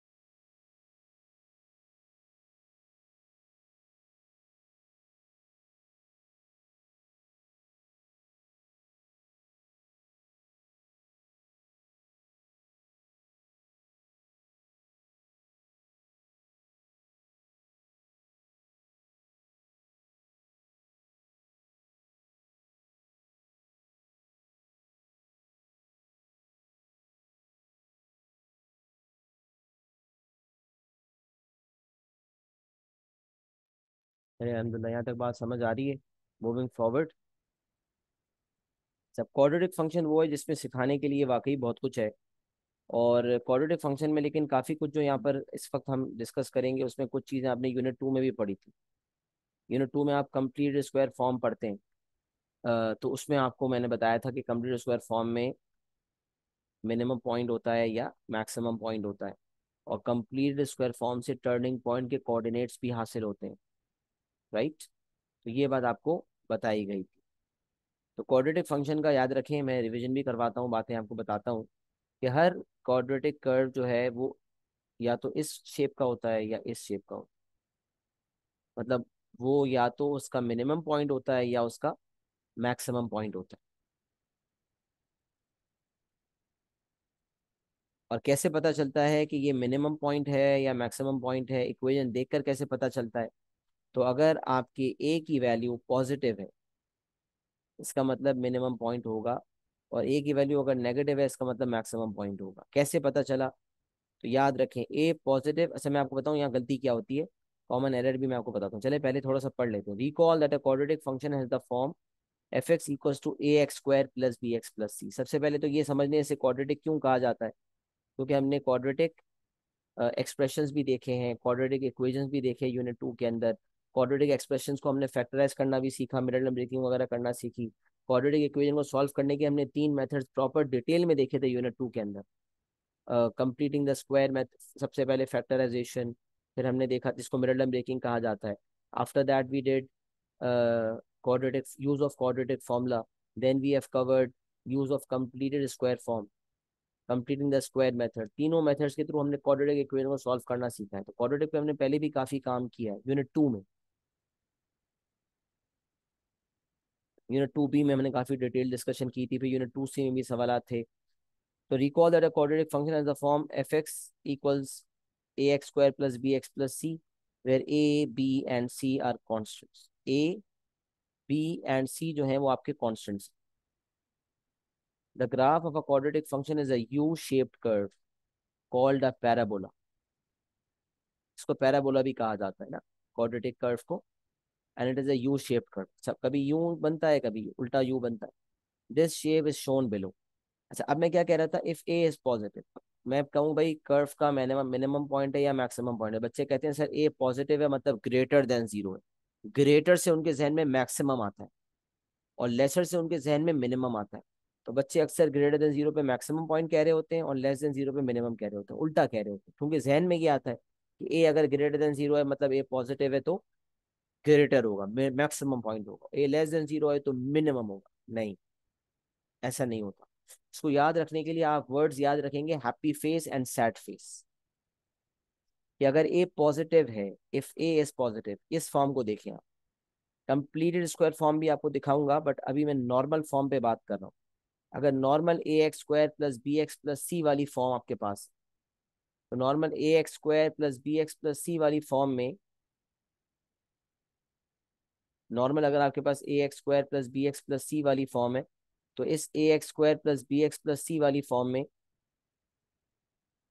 अगर तो एक्स स्क्वायर का कोएफिशिएंट जो ए है वो पॉजिटिव है, इसका मतलब हैप्पी फेस कर्व बनेगा। और अगर ए एक नेगेटिव कांस्टेंट है, इसका मतलब सैड फेस कर्व बनेगा। तो हैप्पी फेस पॉजिटिव से जहन में लाया करें खुशियां। अगर आपके इर्द गिर्द सब कुछ पॉजिटिव हो, आप खुश हो, तो आप मुस्कुराते हैं और हैप्पी फेस बनता है, लिहाजा मिनिमम पॉइंट। और अगर आपके इर्द गिर्द नेगेटिविटीज हो, आपको दुख हो, परेशानियां हो, या कोई मुश्किल आ जाए, तो आप दुखी हो जाते हैं, लिहाजा सैड फेस। तो पॉजिटिविटी से minimum point happy face, negativity से गमगीन, नेगेटिविटी से नेगेटिव से नेगेटिविटी मतलब सैड फेस, मतलब मैक्सिमम पॉइंट। तो पॉजिटिव पे आप जहन में रखेंगे minimum point because happy face है, और नेगेटिव में आप याद रखेंगे मैक्सिमम पॉइंट क्योंकि सैड फेस है। सही है, तो इसलिए यहाँ लाइन क्लियरली लिखी हुई है, a greater than zero minimum point and a less than zero maximum point. Happy face and sad face, ये बात मैंने कनेक्शन आपके सामने ड्रॉ कर दिया। अच्छा, क्वाड्रेटिक कर्व का जो शेप अगर आप देखें, यहाँ पर मैंने बहुत सारी बातें भी लिखी हुई हैं। सब बातें वन बाय वन मैं आपके सामने डिस्कस करना चाहता हूँ। थोड़ी देर अगर मैं इसको क्लियर भी कर दूँ, थोड़ा सा ज़्यादा रिलैक्सिंग होगा। अच्छा अब देखें, यहाँ पर अगर आप देखें तो आपको नजर आ रहा है the graph of a quadratic function is a U shaped curve called a parabola and this shape is shown below. ये बात तो हो गई। अब अगर आपको यहाँ पर शेप जो नजर आ रहा है उसको आप देखें सर, तो quadratic curve is always symmetrical in, quadratic curve is always symmetrical. अगर आप हैप्पी फेस मतलब आप मिनिमम पॉइंट वाला कर्व हैप्पी फेस कर्व बनाएंगे तो भी सिमेट्रिकल होगा, और अगर सैड फेस बनाएंगे तो भी सिमेट्रिकल होगा। लाइन ऑफ सिमेट्री का कॉन्सेप्ट यूनिट 7B में सबने सीखा है। सिमेट्री का कॉन्सेप्ट क्या है कि अगर मिसाल है लाइन ऑफ सिमेट्री सिमेट्रिकल है, इसका मतलब उसके अंदर लाइन ऑफ सिमेट्री एग्जिस्ट करती है। अगर किसी शेप में लाइन ऑफ सिमेट्री एग्जिस्ट नहीं करती तो वो सिमेट्रिकल नहीं है, और अगर लाइन ऑफ सिमेट्री एग्जिस्ट करती है तो वो सिमेट्रिकल है। अब क्योंकि क्वाड्रेटिक कर्व में लाइन ऑफ सिमेट्री का वजूद है, कैसे कह सकता हूँ, क्योंकि अगर मैं टर्निंग पॉइंट से एक वर्टिकल लाइन पास करूं तो जितनी डिस्टेंस जिस तरह से कर्व वर्टिकल लाइन के राइट पे बदल रहा है उसी तरह कर्व वर्टिकल लाइन के लेफ्ट पे बदल रहा होगा। तो वर्टिकल लाइन जो आपके सामने है उसके राइट पे जिस तरह से चेंजेस हैं उसी तरह उसके लेफ्ट पर भी चेंजेस होंगी। तो याद रखें हमेशा quadratic curve is a symmetrical curve, जिसमें जो एक्सिस ऑफ सिमेट्री या लाइन ऑफ सिमेट्री होती है वो हमेशा टर्निंग पॉइंट से गुजरती है। अच्छा, टर्निंग पॉइंट मिनिमम भी हो सकता है मैक्सिमम भी, और टर्निंग पॉइंट का दूसरा नाम है वर्टेक्स। टर्निंग पॉइंट, अच्छा इसे टर्निंग पॉइंट क्यों कहा जाता है? सोचे ना, जब आप गाड़ी में जा रहे थे और अब आपने यू टर्न लेना है, तो जब आप यू टर्न ले रहे हैं तो वो यू टर्न लेने वाला पॉइंट आपका टर्निंग पॉइंट होगा, क्योंकि उसके बाद आपका डायरेक्शन ऑपोजिट होने वाला है। आप नॉर्थ की तरफ जा रहे थे, यू टर्न लेने के बाद आप साउथ की तरफ आना शुरू हो गए, तो इसे हम टर्निंग पॉइंट भी कहते हैं। टर्निंग पॉइंट भी कहते हैं और इसे स्टेशनरी पॉइंट भी कहा जाता है। स्टेशनरी पॉइंट इसलिए कहा जाता है क्योंकि इस पॉइंट पे अगर मैं टेंजेंट ड्रॉ करूं तो उसका ग्रेडियंट जीरो होता है। काइनेमेटिक्स में भी आपने सीखा था कि अगर मुझे किसी पॉइंट पे ग्रेडियंट निकालना हो तो मैं टेंजेंट ड्रॉ करता हूँ। तो टेंजेंट्स ड्रॉ करने वाला काम बहुत ज्यादा होता है यहाँ पर ग्राफ्स ऑफ फंक्शंस में, हर अगले सवाल में टेंजेंट ड्रॉ करने का कहता है। तो अगर तो मुझे टेंजेंट ड्रॉ करने की जरूरत पड़ जाए, अगर मुझे टेंजेंट ड्रॉ करने की जरूरत पड़ेगी तो उस केस में याद रखें टेंजेंट का ग्रेडियंट जीरो होगा। ग्रेडियंट का मतलब होता है rate of change of y with respect to x. Rate of change of y per unit change, मतलब रेट, रेट का मतलब ही पर यूनिट होता है ना, rate of change of y है basically, per unit change in y per unit change in x. तो rate of change of y with respect to x कहते हैं इसको। तो अगर ग्रेडियंट जीरो है इसका मतलब rate of change of y zero है, मतलब चेंजिंग नहीं आ रही। जब चेंजिंग नहीं आ रही इसका मतलब स्टेशनरी है। जब ऑब्जेक्ट स्टेशनरी होता है तो उसकी वेलोसिटी जीरो होती है, वो रेस्ट पर होता है, उसमें उसके उसकी जो पोजीशन है उसमें कोई चेंज नहीं आता। तो इसीलिए टर्निंग पॉइंट को स्टेशनरी पॉइंट भी कहा जाता है, क्योंकि वहां पर change in y with respect to change in x zero है, बिकॉज ग्रेडियंट इज जीरो। क्योंकि अगर टेंजेंट बनाए तो वो एक हॉरिजॉन्टल लाइन है, और हॉरिजॉन्टल लाइन का ग्रेडियंट हमेशा जीरो होता है। ये क्वाड्रेंट ज्योमेट्री ने भी हमें सिखाया। इसे वर्टेक्स भी कहते हैं। मैक्स तो अब क्या कितने नाम हो गए? Turning point, stationary point, vertex. And stationary point, turning point, vertex या तो मैक्सिमम पॉइंट हो सकता है या मिनिमम पॉइंट हो सकता है। और लाइन ऑफ सिमेट्री हमेशा याद रखें टर्निंग पॉइंट से गुजरती है, वर्टेक्स से गुजरती है। इसलिए लाइन ऑफ सिमेट्री का जो इक्वेशन होता है वो हमेशा टर्निंग पॉइंट का एक्स कोऑर्डिनेट देखकर डिसाइड किया जाता है। टर्निंग पॉइंट जिसके कोऑर्डिनेट्स यहाँ पर नजर आ रहे हैं 1, -4, टर्निंग पॉइंट जिसके कोऑर्डिनेट्स नजर आ रहे हैं 1, -4, अगर इस टर्निंग पॉइंट का इस लाइन ऑफ सिमेट्री का इक्वेशन पूछा जाए तो हम टर्निंग पॉइंट का एक्स देखकर बयान करेंगे। तो टर्निंग पॉइंट का एक्स क्योंकि हमें नजर आ रहा है कि इट इज 1, लिहाजा लाइन ऑफ सिमेट्री का, लाइन ऑफ सिमेट्री कह लें या एक्सिस ऑफ सिमेट्री कह लें, इसका इक्वेशन होगा x = 1। लाइन ऑफ सिमेट्री का इक्वेशन हमेशा एक्स कोऑर्डिनेट को देखते हुए डिसाइड होता है। जो एक्स कोऑर्डिनेट होगा वही हमारी लाइन ऑफ सिमेट्री का या एक्सिस ऑफ सिमेट्री का इक्वेशन होगा। तो ओवर हियर इट्स x = 1।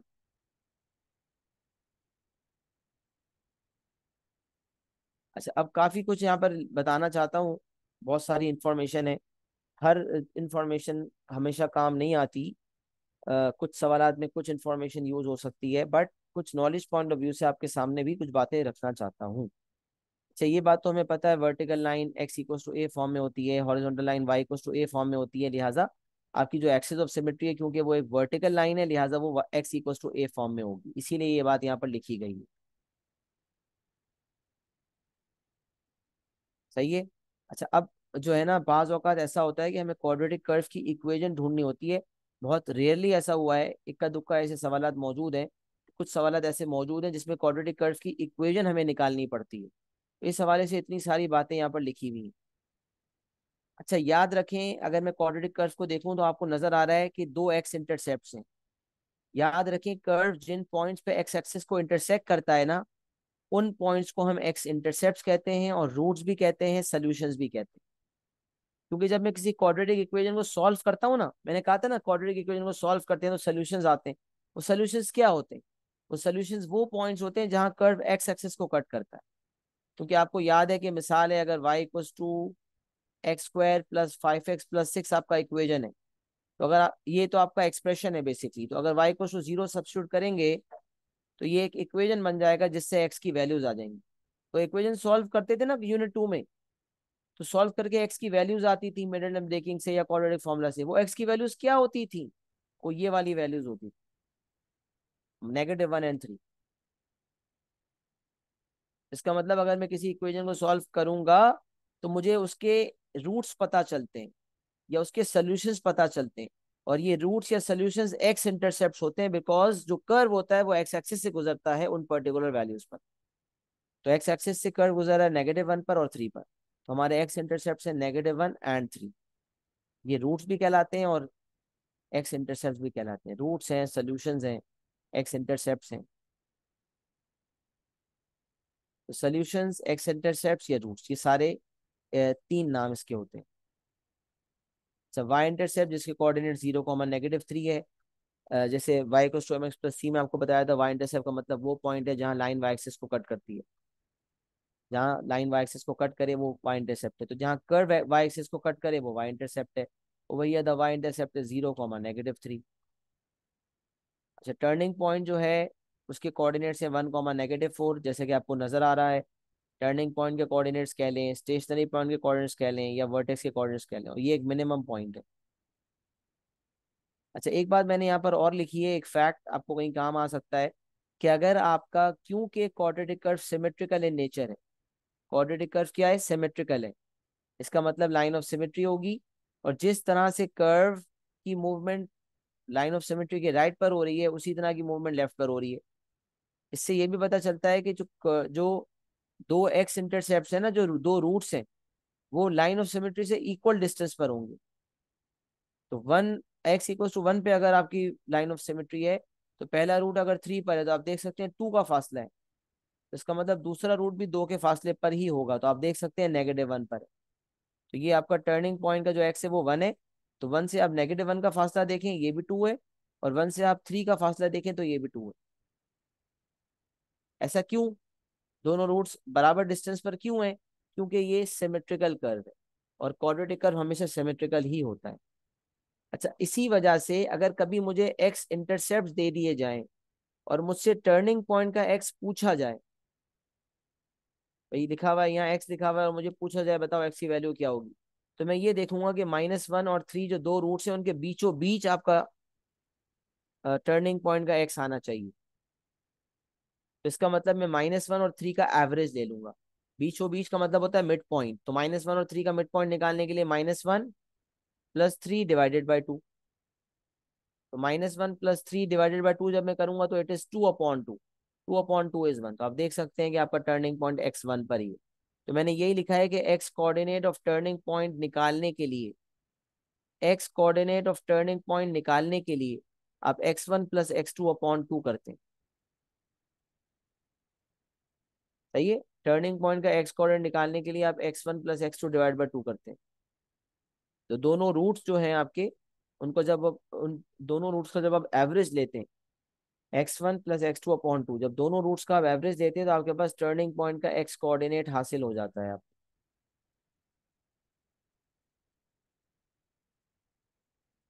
ये भी बात बता दी। सही है।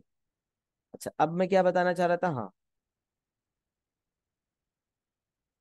तो टर्निंग पॉइंट का एक्स कोऑर्डिनेट निकालने के लिए अगर आपके पास कर्व बना हुआ है और कर्व के रूट्स मौजूद है, तो आप टर्निंग पॉइंट का एक्स निकालने के लिए x1 + x2/2 का इस्तेमाल कर सकते हैं। अच्छा, अब मैंने एक बात यहाँ पर एडिशनली और बता भी दी। वैसे ऑनेस्टली इतना ज़्यादा ये यहाँ पर इस्तेमाल नहीं भी होता, लेकिन कुछ चीज जगहों पे कभी ज़रूरत पड़ सकती है, तो इसलिए मैंने काफ़ी सारी बातें यहाँ पर मेंशन की हैं नॉलेज पॉइंट ऑफ व्यू से। तो अगर आपका y equals to 2x² plus 4x plus 6, ये है आपका इक्वेशन। अगर आपका इक्वेशन है y equals to 2x² plus 4x plus 6, the equation is y equals to 2x² plus 4x plus 6, तो मुझे कोई पूछे बताओ ये हैप्पी फेस कर्व होगा या सैड फेस होगा, इसका मिनिमम पॉइंट होगा या मैक्सिमम पॉइंट? तो मैंने आपको पहले भी बताया था, फिर बता रहा हूँ, क्योंकि x² का कोएफिशिएंट आपको नजर आ रहा है कि इट इज पॉजिटिव। बिल्कुल सही है अमीर, वेरी गुड, मिनिमम होगा।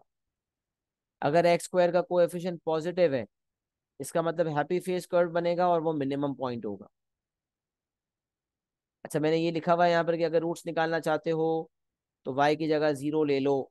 ये बात मैंने आपको बता भी दी कि रूट्स लेने के लिए y इक्वल टू 0 ले लोगे, तो यहाँ से आपका रूट्स इक्वेशन बन जाएगा, इसको आप सॉल्व कर लोगे। अब सॉल्व करने के लिए मिडिल टर्म ब्रेकिंग यानी कि फैक्टराइजेशन है, या फिर कंप्लीटिंग द स्क्वायर है, या फिर क्वाड्रेटिक फॉर्मूला है। यूनिट 2 में हमने सब सीखे थे। अच्छा, क्योंकि x² का कोएफिशिएंट पॉजिटिव है तो मिनिमम पॉइंट होगा, मैंने बताया था, यहाँ पर लिखा हुआ भी है, nature is the minimum point. T का मतलब टर्निंग पॉइंट है, मैंने जहाँ टी लिखा हुआ है इसका मतलब टर्निंग पॉइंट। अच्छा, टर्निंग पॉइंट के कोऑर्डिनेट्स निकालने के लिए एक तरीका तो ये है कि एक्स, अच्छा टर्निंग पॉइंट के कोऑर्डिनेट्स निकालने के लिए पहले आपको टर्निंग पॉइंट का एक्स ढूंढना होता है ना। तो टर्निंग पॉइंट का एक्स ढूंढने के लिए एक तरीका तो ये है कि पहले आप रूट्स ढूंढ लें और दोनों रूट्स का आप एवरेज ले लें, दोनों रूट्स का आप एवरेज ले लें। अच्छा, इसका एक शॉर्टकट फॉर्मूला भी होता है। टर्निंग पॉइंट का एक्स निकालने के लिए फॉर्मूला होता है -b/2a। क्या फॉर्मूला है? -b/2a, ये एक शॉर्टकट फॉर्मूला होता है कि अगर आपके पास कभी क्वाड्रेटिक इक्वेशन एक्सप्रेशन दिया हुआ है इस फॉर्म में, तो आपको ये बात पता है कि x² का जो कोएफिशिएंट है उसे a कहा जाता है, x का जो कोएफिशिएंट है उसे b कहा जाता है, और जो विदाउट x है उसे c कहा जाता है। ये भी हमने यूनिट 2 में सीखा हुआ है। क्वाड्रेटिक फॉर्मूला के थ्रू जब सॉल्व करते हैं तो a b c चाहिए होता है। The coefficient of x² is a, the coefficient of x is b, and without x is c, a2 b4 and c6। तो एक शॉर्टकट फॉर्मूला है कि टर्निंग पॉइंट का एक्स निकालना चाहते हो तो फॉर्मूला होता है -b/2। एक तरीका तो ये कि आप पहले रूट्स निकालें। अच्छा, ये फॉर्मूला निकला भी उसी कॉन्सेप्ट के थ्रू। क्वाड्रेटिक फॉर्मूला के जो दो रूट्स होते हैं ना, उसमें से क्वाड्रेटिक फॉर्मूला के मुताबिक -b plus minus root of b² minus 4ac/2a। तो -b plus root of b² minus 4ac/2a और -b minus root of b² minus 4ac/2a, इन दोनों को अगर आप एवरेज करें, जो कि बहुत लंबी वर्किंग होगी, आपके लिए जरूरत नहीं है, तो -b/2a आंसर आ जाता है। तो डिराइव ऐसे हुआ है, क्वाड्रेटिक फॉर्मूला के थ्रू जो दो रूट्स आते हैं उन दोनों को अगर ऐड करके डिवाइड बाय 2 किया जाए तो टर्निंग पॉइंट का एक्स -b/2a हासिल हो जाएगा। तो अब जहन में बिठा लें कि अगर टर्निंग पॉइंट का एक्स निकालना चाहते हैं तो एक तरीका तो यह है कि आप रूट्स निकालें, इक्वेशन को सॉल्व करें, रूट्स निकालें और दोनों रूट्स का एवरेज ले लें। दूसरा तरीका यह है कि आप डायरेक्ट फॉर्मूला इस्तेमाल कर लें -b/2a। अब देखें यहाँ पर एक्स का कोएफिशिएंट जो b है वो 4 है और a जो है वो 2 है, तो -b/2a का मतलब -4/2 टाइम्स 2, -4/2 टाइम्स 2। तो -b/2a के मुताबिक आपका जो एक्स कोऑर्डिनेट आ रहा है that is -1। X coordinate of turning point is equal to -1। अच्छा, एक्स कोऑर्डिनेट आपका -1 आ रहा है, अगर आप एक्स कोऑर्डिनेट को इक्वेशन ऑफ द कर्व में सब्स्टिट्यूट करते हैं तो आपका वाई कोऑर्डिनेट आ जाएगा टर्निंग पॉइंट का। तो y coordinate of turning point, for y coordinate you are going to substitute the x coordinate the equation of the curve, यहाँ पर भी और यहाँ पर भी। तो 2 टाइम्स x² मतलब 2 टाइम्स -1² प्लस 4 टाइम्स -1 प्लस 6, इसको आप ऐड करेंगे आपके पास 4 आ जाएगा। तो इसका मतलब टर्निंग पॉइंट का एक्स कोऑर्डिनेट निकालने के लिए आपके पास फॉर्मूला है -b/2a। लेकिन एक दफा टर्निंग पॉइंट का एक्स कोऑर्डिनेट आ जाए तो उस एक्स कोऑर्डिनेट को इक्वेशन ऑफ द कर्व में जब सब्स्टिट्यूट करेंगे तो टर्निंग पॉइंट का वाई कोऑर्डिनेट आ जाएगा। अच्छा, यहाँ पर भी यही करना है। अगर x1 प्लस x2/2 दो रूट्स निकाल लिए आपने इक्वेशन सॉल्व करके, उन दोनों को एवरेज करके एक्स कोऑर्डिनेट आ गया, तो टर्निंग पॉइंट का एक्स तो आ गया, वाई कैसे आएगा? तो टर्निंग पॉइंट का वाई निकालने के लिए आपको टर्निंग पॉइंट के एक्स को इक्वेशन ऑफ द कर्व में डालना होगा।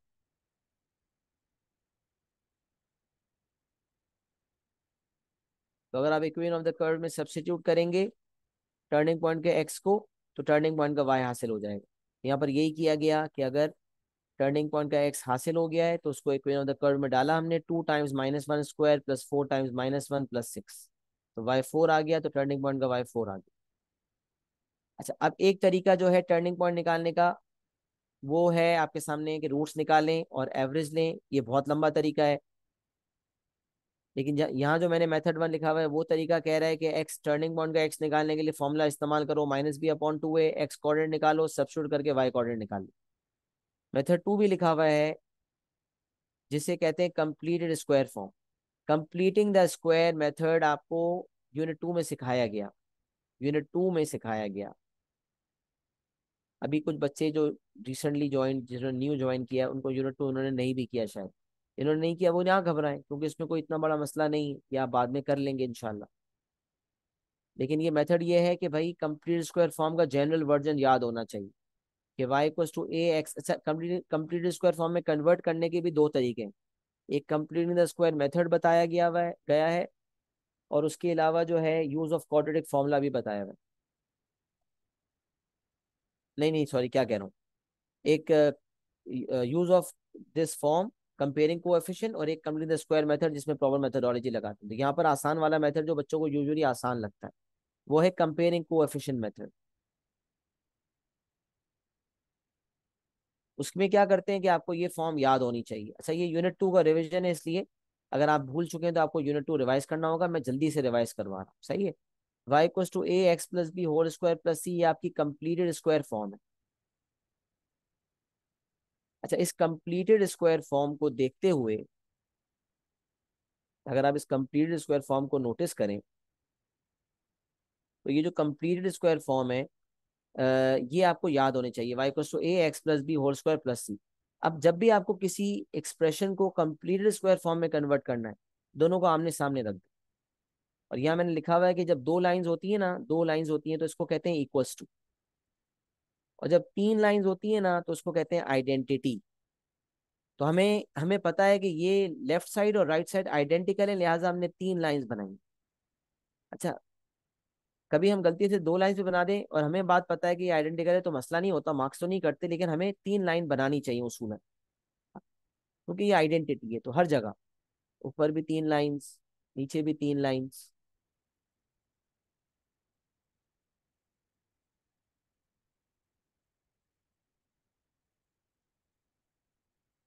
सही है, तो ये आइडेंटिटी का साइन, तो दोनों साइड आपस में आइडेंटिकल है, ये वाली और ये वाली। तो 2x² + 4x + 6 is identical to a (x+b)² + c। ये आपका हो गया, ये आपकी कंप्लीट स्क्वायर फॉर्म है। अब क्या करते हैं इसके लिए, x+b² को आप खोलते हैं, x² + 2bx + b², उसको a से मल्टीप्लाई करते हैं तो ax² + 2abx + ab² और plus c as it is copy रहता है। फिर आप कंपेयरिंग कोएफिशिएंट करते हैं। कंपेयरिंग कोएफिशिएंट का क्या मतलब होता है, x² का कोएफिशिएंट राइट साइड पर a है और लेफ्ट साइड पर x² का कोएफिशिएंट 2 है, तो a = 2।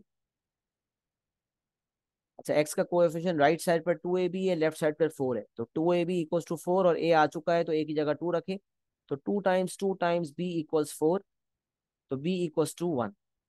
बस मैं एंड कर रहा हूँ, थोड़ा सा रुक जाए बस, फिर इंशाल्लाह अहमद आप लीव कर सकते हैं, एंड ही कर रहा हूँ इंशाल्लाह। तो b की वैल्यू आपकी जो है वो 1 आ जाएगी। और उसके बाद जो है अगर आप, अच्छा मैंने कंपेयर भी किया पहले x² का कोएफिशिएंट कंपेयर किया है, तो x² के साथ यहाँ पर a है, यहाँ पर 2 है, तो a = 2। फिर x का कंपेयर किया, यहाँ पर x के साथ 2ab है, यहाँ पर 4 है, तो 2ab = 4, a की वैल्यू रखी, b आ गया 1। और फिर फाइनली x⁻0 यानी कि विदाउट x, ab² + c है, यहाँ पर 6 है, ab² + c = 6, a की जगह रखा 2, b की जगह रखा 1, तो c का आंसर आ गया 4। जब ए बी सी तीनों के आंसर आ गए तो ये कंप्लीट स्क्वायर फॉर्म जो ओरिजिनली ली थी इसमें सब्स्टिट्यूट कर दें, ए की जगह 2 लिख दें, बी की जगह 1 लिख दें, और सी की जगह 4 लिख दें। तो आपकी जो फॉर्म आ गई दैट इज 2 (x+1)² + 4। और फिर मैंने यहाँ से आपको बताया था कि टर्निंग पॉइंट के कोऑर्डिनेट्स ऐसे निकलते हैं कि जो ब्रैकेट में x+1 लिखा हुआ है उसको इक्वल टू 0 रखेंगे तो x आ जाएगा, तो x+1² = 0 है, तो x+1 = 0 होता है बेसिकली, क्योंकि x+1² = 0 होता है तो रूट लगने पर तो स्क्वायर हट ही जाता है, तो x+1 = 0 से x -1 आ जाता है। और x -1, और जो एंड में आपको देखिए ये फॉर्म लिखी है, 2 × (x+1)² + 4। जब कभी सॉल्व भी करना हो ना क्वाड्रेटिक इक्वेशन, तो सॉल्व करने के आपको पता है 3 मेथड्स होते हैं, factorisation, quadratic formula, complete square method. तो ये कभी आपको कंप्लीट स्क्वायर मेथड से सॉल्व करना हो तो पहले कंप्लीट स्क्वायर फॉर्म में कन्वर्ट करें जैसे मैंने किया, फिर इक्वल टू 0 करके आप रूट्स निकाल लें। अच्छा, यहाँ से अगर आप देखेंगे तो ये ऐसा इक्वेशन है जिसके रूट्स ही नहीं है। अच्छा, ऐसा कैसा होता है कि क्वाड्रेटिक कर्व के रूट्स नहीं है? पता है कैसे होता है? या तो क्वाड्रेटिक कर्व ऐसा बना होता है या ऐसा बना होता है, मतलब एक्स एक्सिस को टच नहीं करता। जब कोई क्वाड्रेटिक कर्व एक्स एक्सिस को टच ना करे, इसका मतलब इसके कोई रूट्स ही नहीं होते। तो क्वाड्रेटिक कर्व अगर एक्स एक्सिस को टच ना करे, इसका मतलब उसके कोई रूट्स नहीं होते। तो इसीलिए यहाँ पर यकीनन जब शेप बनाएंगे ना तो वैसे ही बनेगा। तो देखिए भी मिनिमम पॉइंट के कोऑर्डिनेट्स निकालने के लिए मैंने ये यूनिट 2 में सिखाया हुआ है ना, इसलिए मैं ज्यादा डिटेल में नहीं जा रहा। x+1 इक्वल टू 0 करेंगे, ब्रैकेट के अंदर वाली चीज को इक्वल टू 0 करेंगे, x -1 आ गया, और जो एंड में प्लस माइनस हो रहा होता है वो मेरा y कोऑर्डिनेट होता है। तो -1,4 मेरा मिनिमम पॉइंट है। मिनिमम पॉइंट कैसे? क्योंकि ब्रैकेट के साथ जो नंबर लिखा हुआ है, ब्रैकेट होल स्क्वायर ब्रैकेट का कोएफिशिएंट पॉजिटिव है, लिहाजा positive pay happy face minimum point, और नेगेटिव पे सैड फेस मैक्सिमम पॉइंट। यहाँ पर मिनिमम पॉइंट बनेगा आपका, मिनिमम पॉइंट होगा। तो मिनिमम पॉइंट -1,4। अब सोचे ना, मिनिमम पॉइंट अगर आपका -1,4 पे है, इसका मतलब कर्व ऐसे बनेगा जिसमें मिनिमम पॉइंट ही -1,4 है, मिनिमम पॉइंट की y की वैल्यू ही पॉजिटिव है। इसका मतलब कर्व के कोई रूट्स होंगे ही नहीं, क्योंकि वो एक्स एक्सिस को टच ही नहीं कर रहा। बस ये लास्ट एग्जाम्पल है, फिर बाकी जो इन्फॉर्मेशन है वो मैं अगली क्लास में कंटिन्यू करता हूँ इंशाल्लाह। तो y इक्वल टू -x - 4² + 5 मिसाल होता, रिवाइज रिवाइज करने के लिए बताया, तो क्योंकि ब्रैकेट का कोएफिशिएंट नेगेटिव है, कंप्लीटेड स्क्वायर फॉर्म में ब्रैकेट का कोएफिशिएंट देखकर डिसाइड करते हैं कि मिनिमम पॉइंट होगा या मैक्सिमम। तो अगर ब्रैकेट का कोएफिशिएंट नेगेटिव है, इसका मतलब नेगेटिव का मतलब नेगेटिविटी, उदासी और सैड फेस का मतलब मैक्सिमम पॉइंट। सब कोऑर्डिनेट्स निकालने के लिए ब्रैकेट के अंदर वाले फंक्शन को equate to 0, x - 4 equal to 0 करके x4 आ जाता है, और जो एंड में प्लस माइनस हो रहा होता है वो y कोऑर्डिनेट होता है। तो x4 एंड y5 तो मैक्सिमम पॉइंट के कोऑर्डिनेट्स हो जाएंगे 4,5। तो कंप्लीट स्क्वायर फॉर्म से हमने सीखा कि हम इक्वेशन को सॉल्व करके रूट्स निकालते हैं, फिर टर्निंग पॉइंट के कोऑर्डिनेट्स निकलते हैं। बट अगर रूट्स है ही नहीं तो फिर तो ये मेथड फ्लॉप हो गया। तो इस फिर तरीका क्या है कि मेथड बनी है कि x=-b/2a लगा के, अगर आपकी ये वाली फॉर्म दी हुई है ax² + bx + c वाली फॉर्म है, तो x=-b/2a से x निकाला, इक्वेशन में सब्स्टिट्यूट करके y निकाल ली। और अगर आपके पास कंप्लीट स्क्वायर फॉर्म है या आपने ओरिजिनल फॉर्म से इस फॉर्म में कन्वर्ट कर लिया है, जो कंपेयरिंग कोएफिशिएंट मेथड सिखाया उसके थ्रू, तो फिर ब्रैकेट के अंदर जो एक्स फंक्शन है उसको इक्वल टू 0 करके एक्स आ जाता है, और एंड में जो प्लस या माइनस हो रहा होता है वो वाई होता है। उससे मैक्सिमम मिनिमम पॉइंट के कोऑर्डिनेट्स आ जाते हैं। तो मैक्सिमम मिनिमम पॉइंट के कोऑर्डिनेट्स निकालना मैंने सिखा दिया। थोड़ा क्वाड्रेटिक कर्व के बारे में बताया, कुछ मजीद इन्फॉर्मेशन अगर है तो मैं मजीद इंशाल्लाह कंटिन्यू करूंगा, और इसकी एक्सप्लेनेशन को इंशाल्लाह नेक्स्ट क्लास में पूरी तरह से मुकम्मल करूंगा। ये बता दें, अभी तो मैंने जितना समझाया कि आपको यहाँ तक समझ आ गया है सबको? Is it clear to everyone? Acknowledge भी कर दें और स्क्रीनशॉट भी ले लें, फाइल भी इंशाल्लाह मैं भेज देता हूँ ताकि आप लोग नोट्स बना लें। एक्नॉलेजमेंट दे दें, is it clear to everyone? चलिए, किसी को कुछ मजीद रिवाइज करना हो तो लेक्चर अपलोड हो जाएगा, आप सुन लीजिएगा, और ये फाइल भी भेज देता हूँ तो नोट्स बना लीजिएगा। अपना बहुत सारा ख्याल रखिएगा, दुआ में मुझे याद रखिएगा। अस्सलाम वालेकुम व रहमतुल्लाहि व बरकातहू।